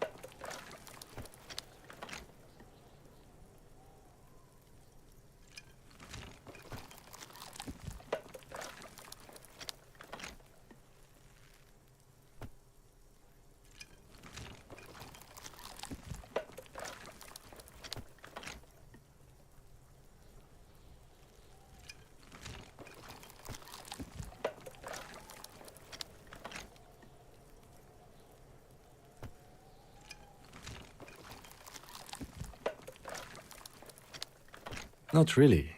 All we know is the victim's clothes are in the trash, the lid was locked, and his establishment had the key. It's just a small loose thread. The lieutenant nods, then looks back into the trash container.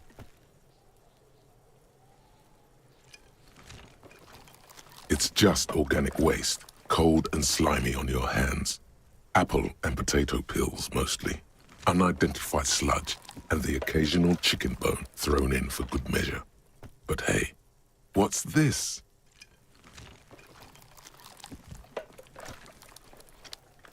A blue piece of plastic sticks out from the apple peels. It's shiny. Looks something larger.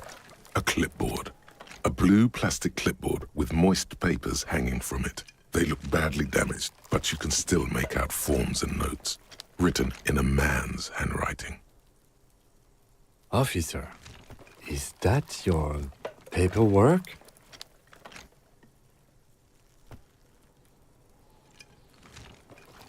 It is. Look, the plastic has the RCM street grid on it. You've even got an autopsy form in there.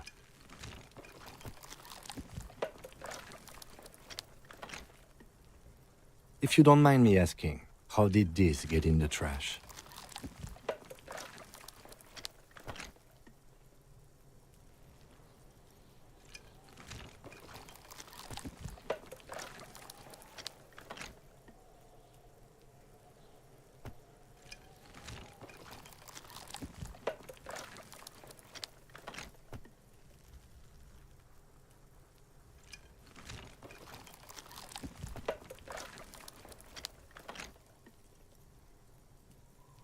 Officer, this is an official piece of paperwork. It probably contains notes on numerous ongoing investigations, and could even list undercover operatives, informants. I suggest integrating it into your style, for all our sakes. Easier said than done. How could this pathetic cabbage of copy paper and plastic ever become très disco? Challenge accepted. You should be on the lookout for stylistic elements that elevate this cabbage to heights unforeseeable.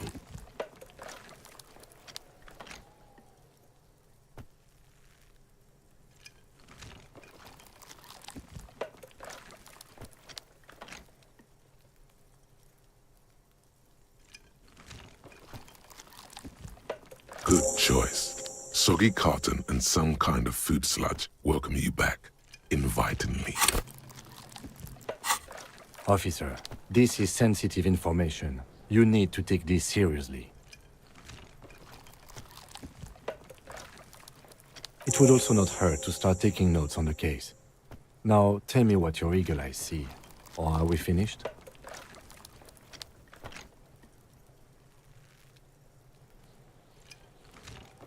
Some items, such as the ledger you found, are interactable. Go to your inventory and select the Interact tab to read your paper. You pick out a broken mug with an oddly racist depiction of the Yellow Man frolicking in saffron. Only in its social sensibility. The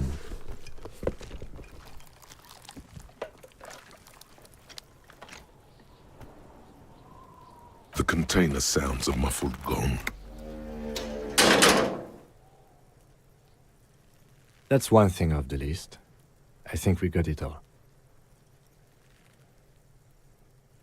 The smell of rotten food rises to greet you. You see soggy cartons, dirty rags, and organic waste. The container sounds a muffled gong.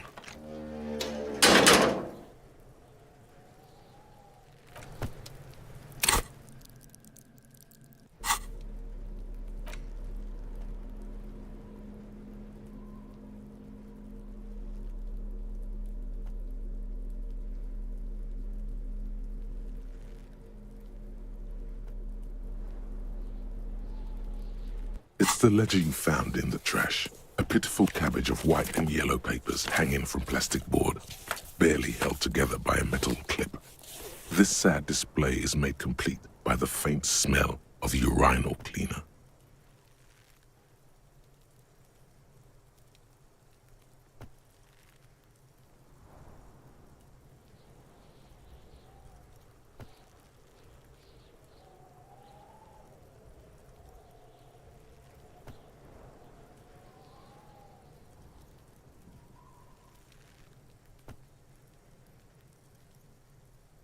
There's a piece of toilet paper, or is it cleaning tissue?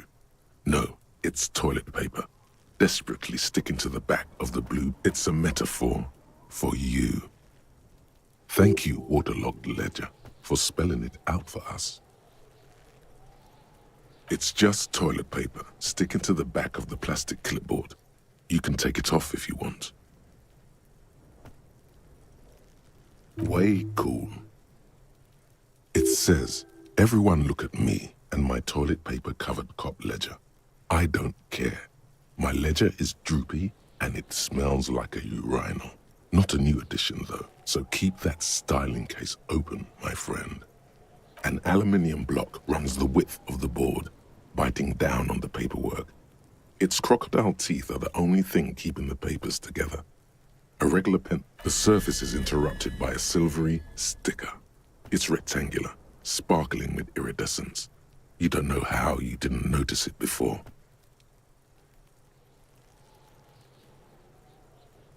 Looks like an official mark, made to be low visibility outside the right circumstances. It is similar to the RCM watermark on your blazer the lieutenant mentioned. Didn't he say something about the headlights of his motor carriage? That you can read these there? What? Yes, halogen watermark used for adding information to RCM property.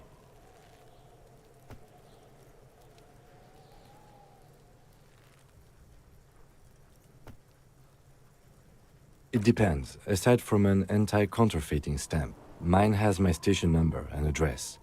The information... Maybe yours will have how many cases you've solved. Any capable light with the right wavelength will do. Yes, RCM vehicles have had lights tuned especially to reveal halogen watermarks.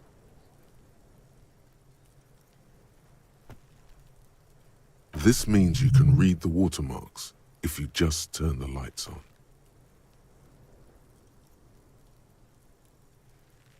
Okay. While a bunch of sodden papers sag from the clipboard in your hand, it's a sorry sight. They're not exactly white. They're yellowed in patches by sunlight and alcohol and covered in dense blue handwriting. Ink escapes into watercolor patterns, reaching its tendrils across entire pages. The paper itself is checkered with... Once in a while, there's a red stamp that exclaims, "Case files, commit to paper." The case files themselves are plenty. You count more than 100 sodden, crumpled up, earmarked pages falling apart in your hands. They appear to be sufficiently organized and extremely dense, if mostly illegible. Work, strife, poverty, the Jamrock Quarter. These are handwritten logs of investigations dating back to January 51, this year. The exact number is hard to estimate due to missing pages and an odd naming convention. But there are at least 20, maybe 30 cases. It's the middle of March. You have attempted 2 cases. What do you mean? Is that all?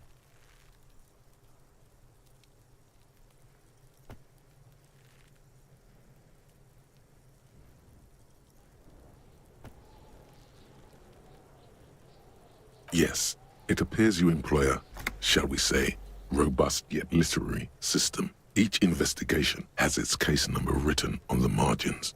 Yet, still more tellingly, most are accompanied by a name, a title, one might say even. One that draws inspiration from snoop fiction and vespertine cop show staples.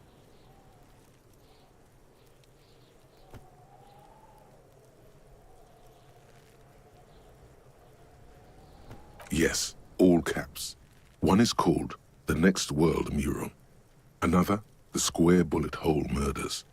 Another yet, The Unsolvable Case.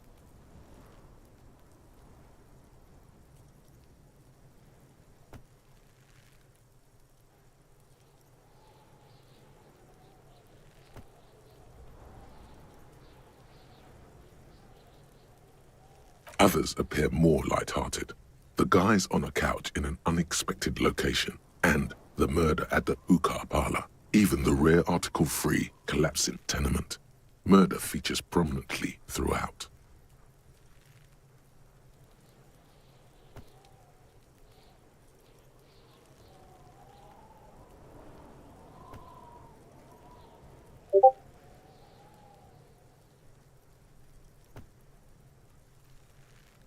It's going to take an effort to piece these case files together, but it can be done. Once you're done inspecting them up close.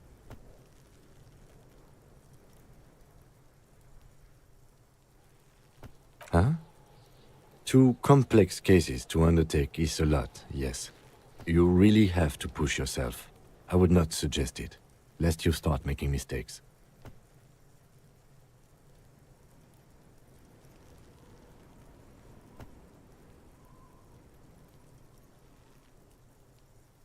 Arson, petty theft, spousal abuse. Handwritten logs on dozens of investigations date back to January 51.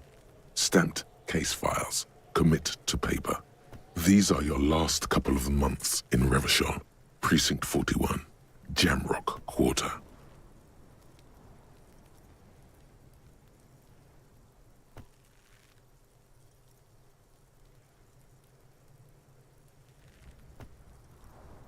You don't exactly close them, so much as distance yourself from the smelly papers.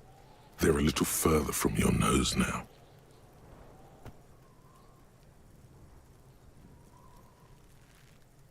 Arson, petty theft, spousal abuse, handwritten... You don't exactly close them, so much as distance yourself. In the back, you see thin, translucent copy of paper. Some neon yellow, some bright red. All covered in boxes, like marching armies. These look like official forms, waiting to be filled out.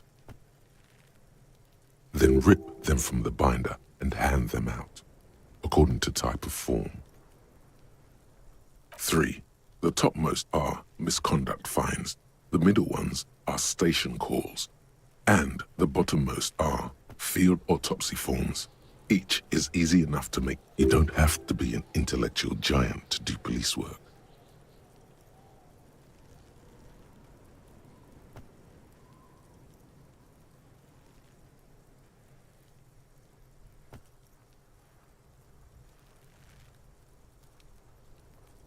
A monetary penalization ranging from 20 to 250 real. Severe cases allow for 1,000 real, but they appear pleasantly vague. A dozen pages of thin copy paper, bright red in color. You see the parameters of a deceased human form waiting to be filled in. The rest of the stinking cellulose is much worse for wear. Being sandwiched between the board and the rest of the paperwork must have spared the fragile copier paper. It's made of dark blue plastic, hard enough to beat someone to submission with. The edges are rounded, however. The U4 size board feels thick and heavy in your hand. Light shimmers on its wet surface. On the back you see the embossed letters, RCN. Something rattles inside, ever so lightly. Is there, and something small inside? Light, made of paper or cardboard, or permeables. It's not hidden per se. The compartment is made for permeable materials that would get damaged if something happened. The plastic shimmers like lapis lazuli, but it is not see-through. You cannot see to its center.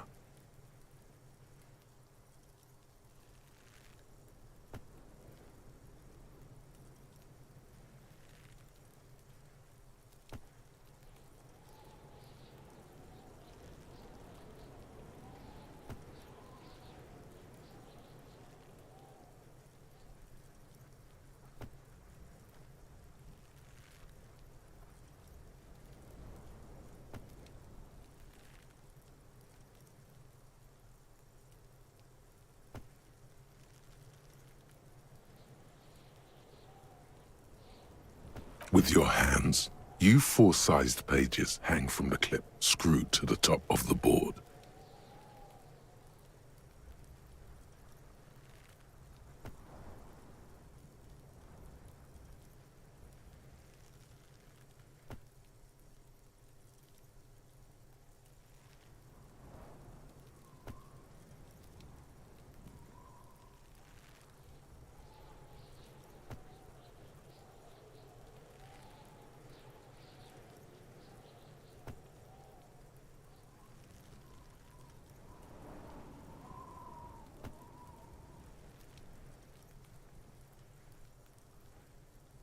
The acidic stench of rotting food is rubbed off on the cellulose. It now forms the base of the experience. This base surrounded by a faint air of spoiled meat, the stuff of death itself. And then, like the bits they put into public piss bowls, probably called Fermi Discrete, or Axle, or something. At some point in its journey, the ledger has seen the inside of a public toilet. Remember when I said the smell of the upstairs bathroom was so rank they should have sent a poet to describe it?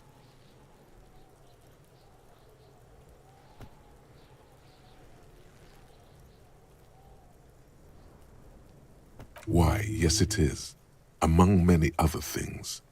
This cleaning tablet is used by the whirling in rags. Perhaps that's where the ledger was dropped in the toilet, by you.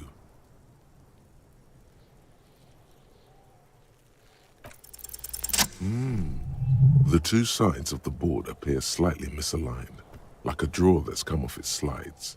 If you bend, the slides snap back into place. It should be possible to just,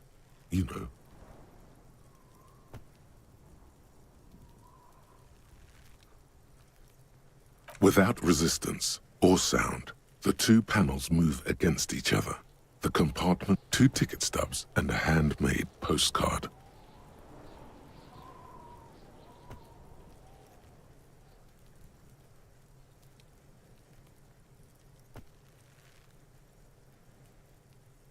Two octopuses are smiling, reaching their tentacles toward each other in the colored pencil drawings. The tickets permit access to the zoo in Revachol East. The aquarium costs extra. These let you go there, too. Thin wax paper has been glued to a piece of cardboard. Sounds like leaves rustling when you pick it up. You see violet flowers, floral patterns, patches of glue. It smells of chewing gum, apricot, a touch of cinnamon, the end of summer. You think the label says tutti frutti. Familiar handwriting lines the inside of the card. Loot, a young woman in her 20s. There is care, effort, and a smile, you think. Although that is not something you can read from someone's handwriting.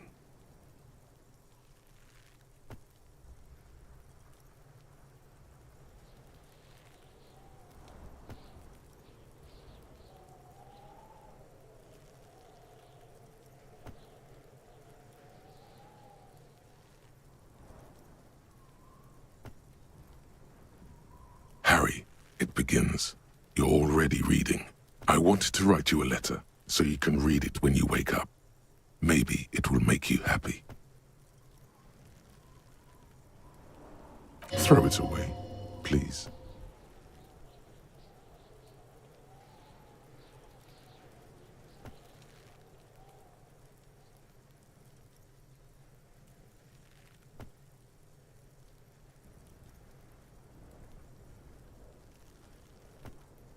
A merciful wind blows in from the Bay of Revachol, dusting the ground at your feet and raising newspapers far away.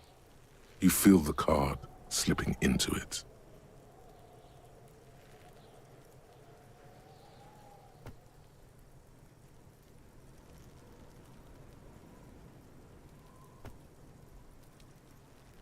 Just like that, the wind picks it from your fingers. Cold, they let go.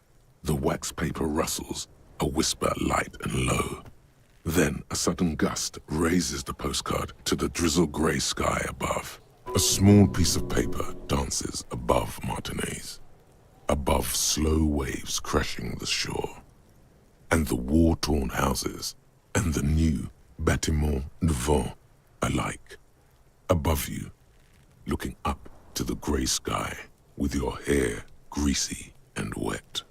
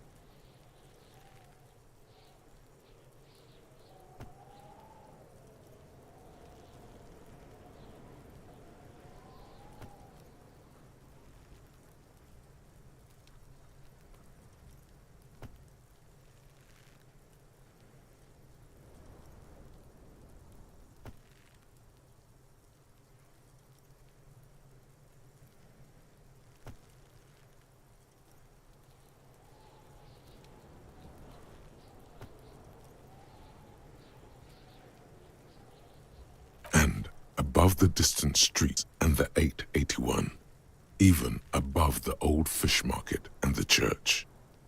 Its material existence is lost. This great city will pocket it for you. For your own sake, forget about it.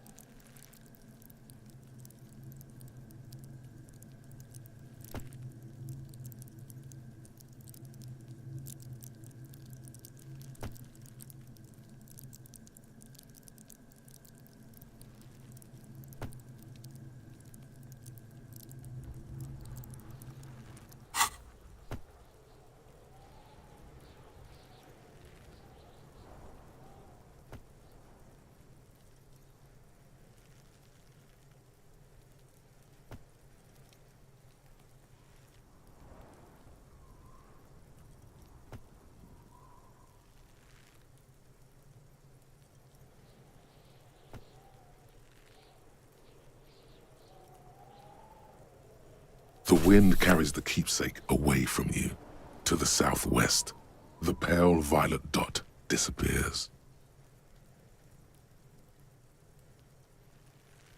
No, you should not have thought back at it. Now some of it is on your mind again.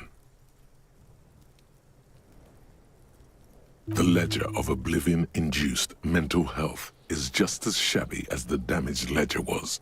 A bunch of sodden papers sags from the clipboard in your hand. The Ledger of Oblivion is a special item that can be used both as an interactable and a tool equipped in your hand for skill bonuses. Find it under the Tools tab in your inventory.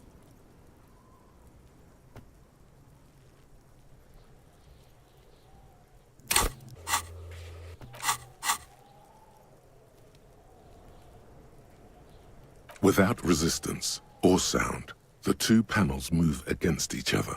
The compartment is now open. It's slightly, ever so slightly, difficult to breathe once you've done so. The drawer is locked. Blue ink drips from the white pages in your hand.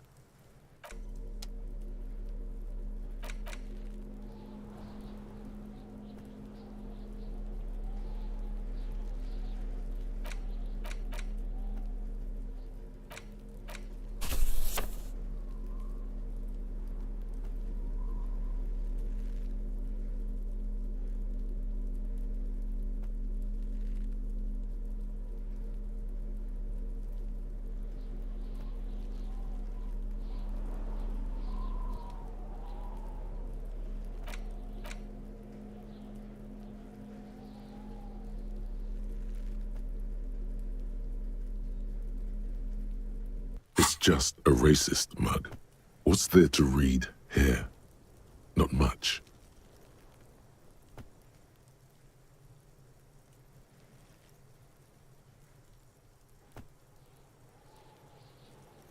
Oh boy, here we go.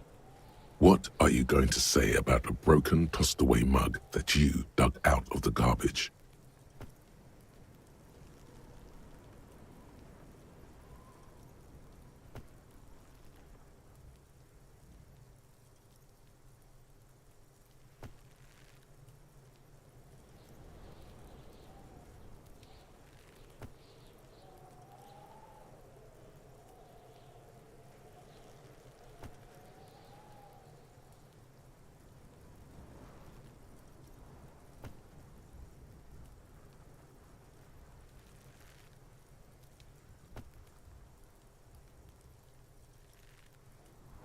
But it was in the trash. Why not just call it out when you see it? Or do some volunteering work? Just finish your case, detective.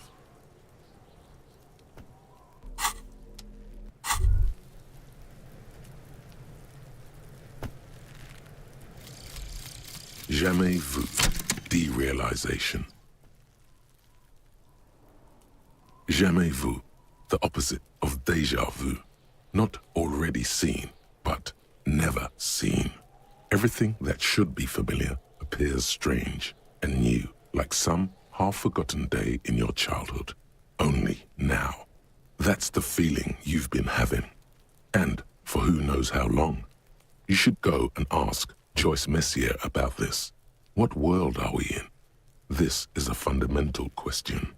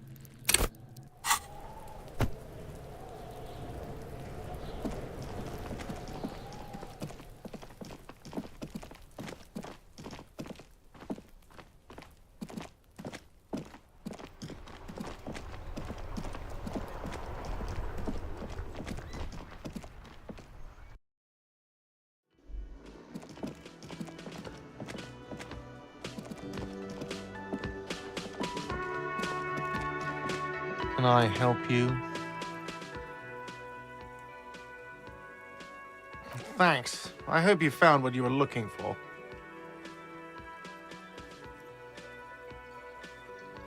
How strange.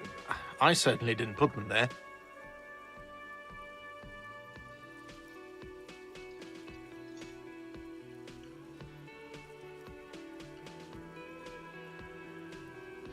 The trash collection service? CS Municipal. I don't see why they would put anything in the trash. Ah, the elusive CS Municipal. I doubt we'll be able to track down who was sent here last and when. This will have to be one of those little threads that solves itself down the road. Thank you anyway.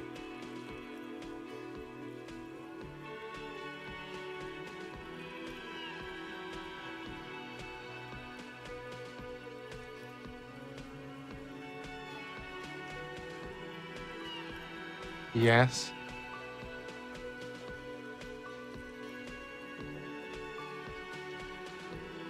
Another thing. Great. I love those.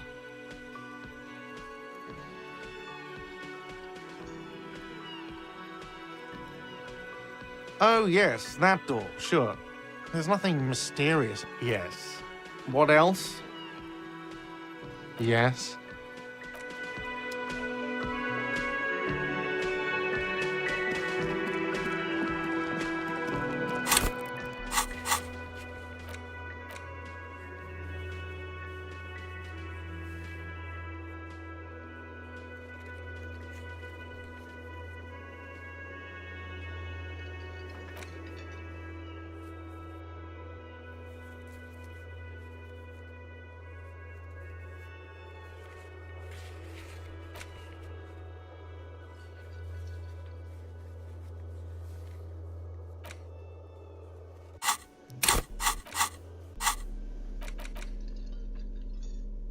It's the legend. Oh, and the cool piece of toilet paper is stuck to the back.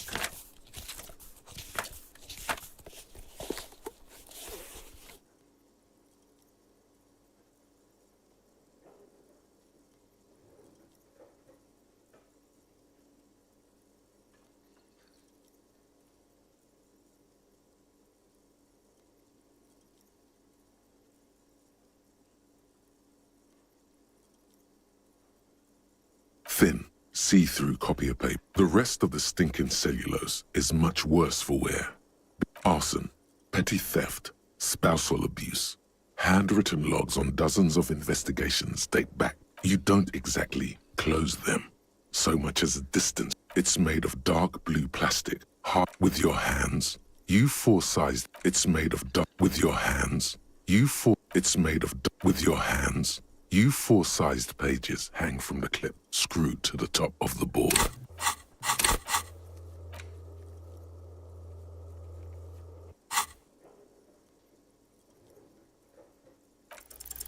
It's proving to be harder than expected. You just don't have the intellectual rigor to patch the quilt back together. Try again later.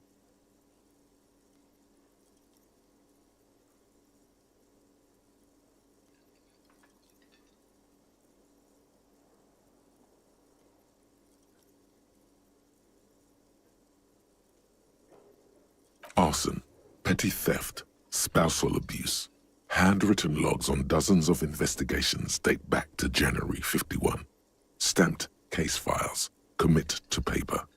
You mean the alphanumeric? Officer, precinct, time of arrival at the scene?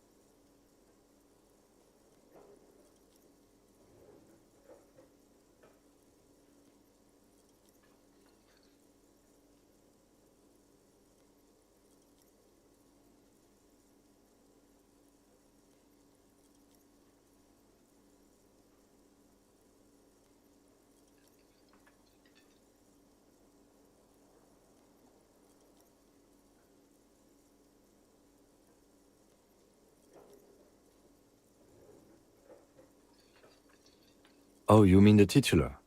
Yes, well, so do I. In our defense, almost everyone in the RCM does.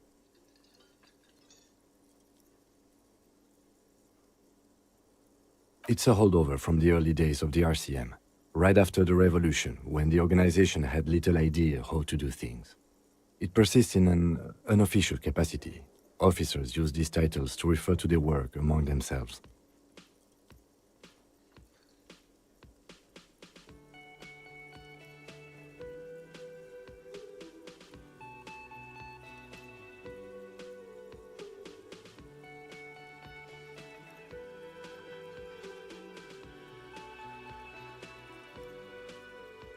Again, in your defense, I seem to have named one the man with the hole in his head. That was a real person. His death was real. I pray his loved ones never find out. Rail spiked through the head. He died. It was a workplace accident.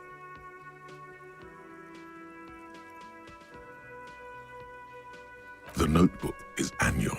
It says 51 on what remains of its cover. A molten strap of cardboard. Everything prior to this must have belonged to a previous volume. In short, there was more. There is, for precisely one more. 15 pages near the end remain untouched by the damage. The checkered grid forms a structure of passages. Break once all the tasks are accomplished. The case is complete. The tasks you've completed flow out of the kind green ape pen in a brash freehand similar to the rest of the letters. The wording comes easily. It's almost robotically simple. A language developed for mental rigor and inspect the victim's body. Interview the cafeteria manager. It's not exactly poetry, but poetry would be out of place. A satisfying slash sounds across the paper. You're done, it seems to say. And you, and you. You're a swashbuckler with that pen, Harry, and it feels good. Feels like completion. Things to be done and things already done. The composition of reality. This is an extremely useful tool for a detective of the... No, actually. Any ideas?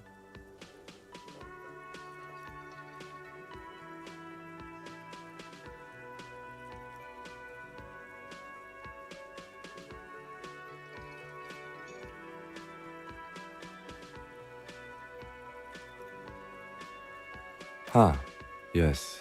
I have to tell you, officer, I don't appreciate ironic titles. Other officers will have to use this as reference. If it's idiot or cockfinger, they're not going to get it. They're going to think an idiot and a cockfinger were on this case. So, do you have something less funny?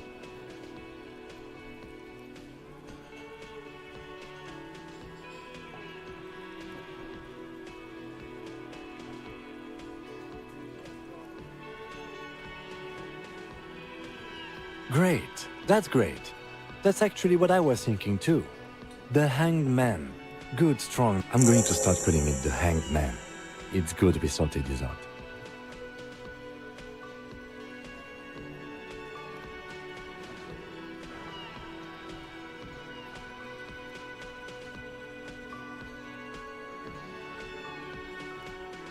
You don't exactly close them, so much as distance yourself from the smelly papers.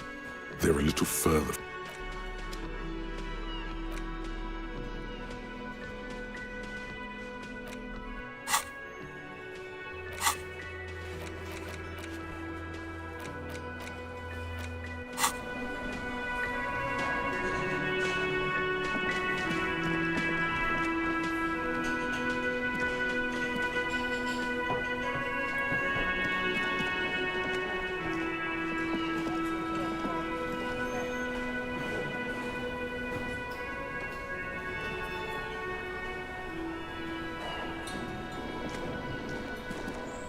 The worker is in a deep slumber.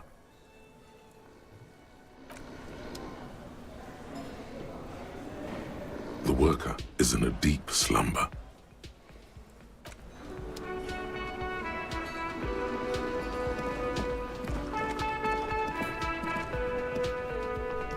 Hello again, sweetie.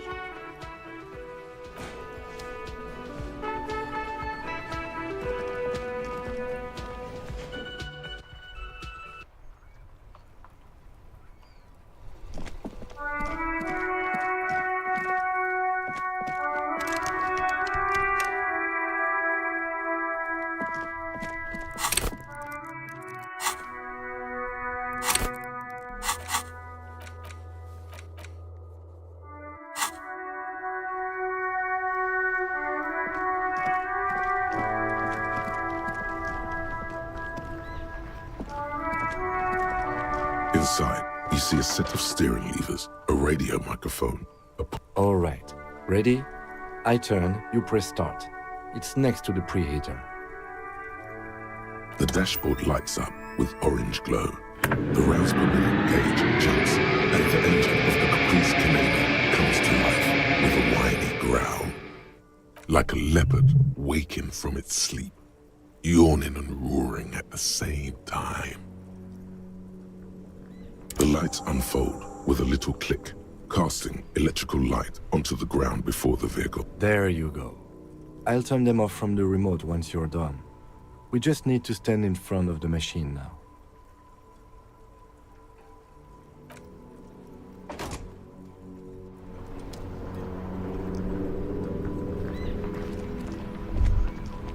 As you hold your ledger's clip under the headlamp, an iridescent hologram appears. A street grid and the veins of a great river. A familiar sensation washes over you. There she is. Revachol West. Around the borders of the watermark are dozens. The rectangular watermark is overlaid with the logo of the RCM, and yet the major arteries of Revachol are all recognizable. They shimmer in the Kanema's headlights.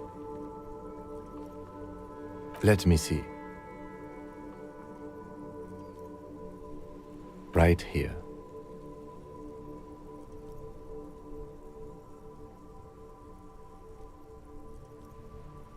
Oh yes.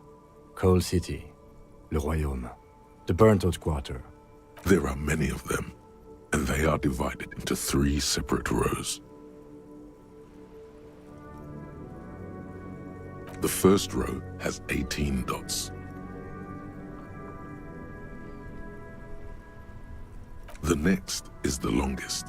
It runs all the way around the border, and then some. You count 216 perforations. Considering that nice, large number, a wave of pride washes over you, though you can't say why, precisely. The last row has 3. That's it.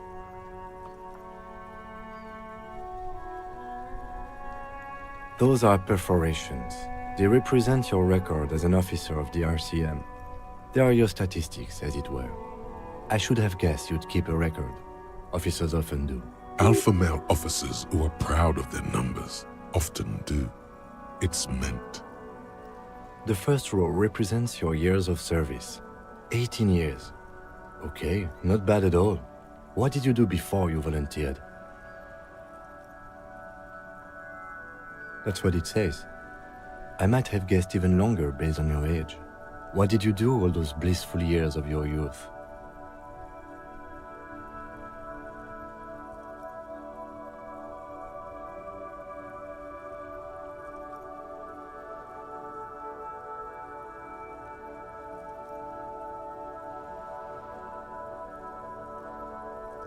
Fair point. Let's move. This next row, the one that wraps all the way around, is your number of closed cases. Closed is good. It means finished. You've got, let's see. Wow, more than 200.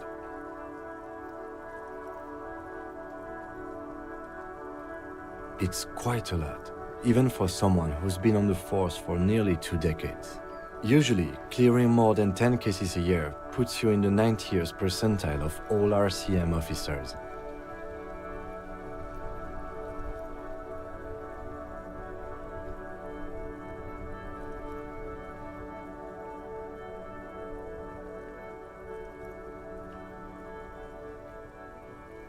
Call it what you want. You were a valuable member of your... Right. Those are your confirmed kills. You've got precisely 3 perforations there.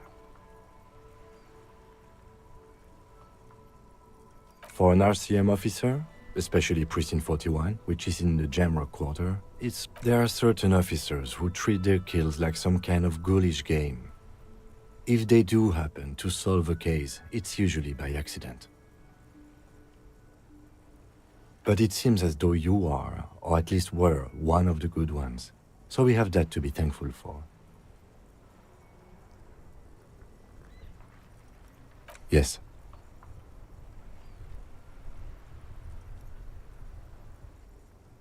The lieutenant nods. Right. I'll go turn off the lights. You can now see your statistics on your journal page. To the right...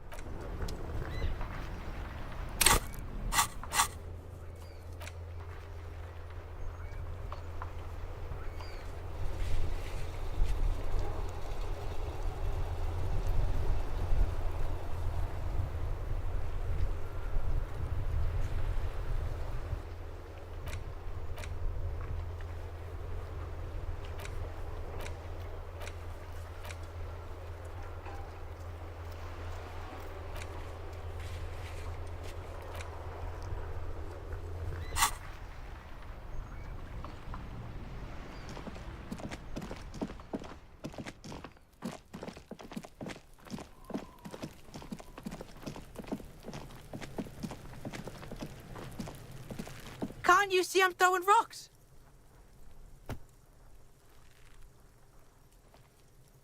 All right, entertain the Kuno. Show me what you got. What you got there? What you got, huh? Show me what you got. The kid moves his hands like a basketball player dribbling fast.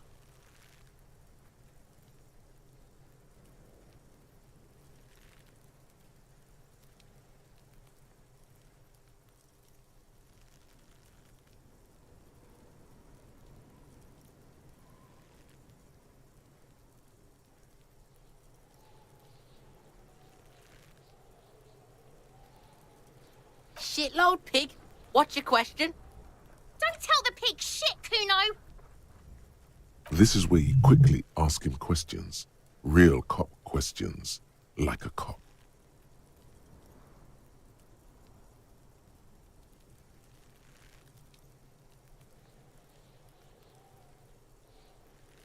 Kuno's fuck imp. Kuno uses the fuck imp for target practice. He's trying to hide the fact that he doesn't know. Kuno knows what you meant. Kuno's not a snitch, that's all. Trying to make Kuno sing into the popo phone. Probably climbed. Kuno was busy down the road when that shit went down. You heard Kuno. Kuno wasn't even in Martinez. Kuno wasn't in Revachol. Kuno wasn't regional. I don't know. Some fucking... Mesk or I don't know. Some other place. Night City. Kuno was in fucking Night City. There is no Night City anywhere. That sounds like the name of a city in some pulp science fiction novel.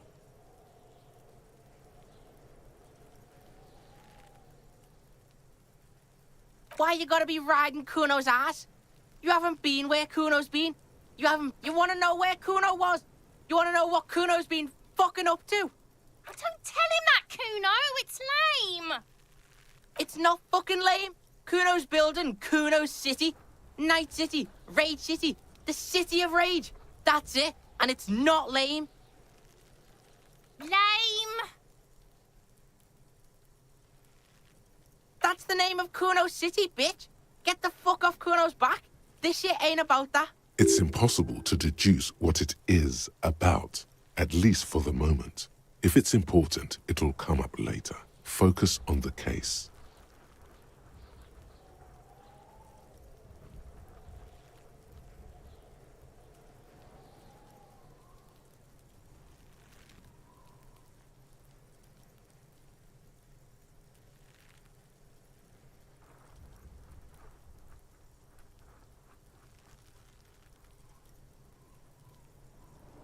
Just a couple of pigs sniffing around in the dirt. That seems pretty fucking suspicious. Yeah, you tell the faggoty, Kuno. You're testing Kuno's patience. Get lost,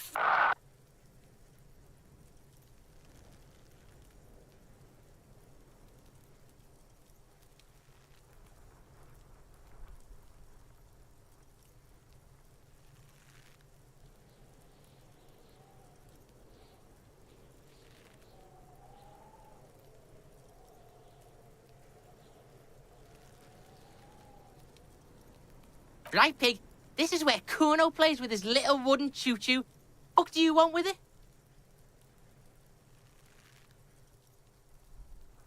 Yeah, Kuno doesn't know shit about that. That shit is beneath Kuno.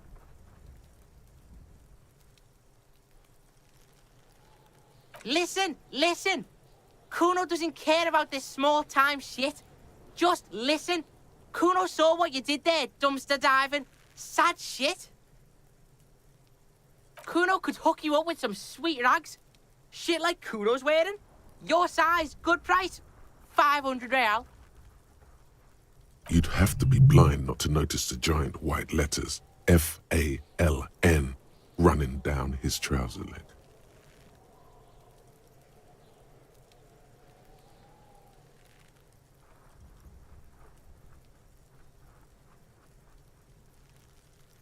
Look, Kuno ain't seen shit lying around, except for that up there. Now, you want performance gear or not, Grandpa? The lieutenant remains silent, but his expression couldn't say, "I told you so," any louder. Whatever. Kuno was trying to help you, but you're too fat for fouling anyway, pig. Yeah, whatever. Kuno doesn't... Kuno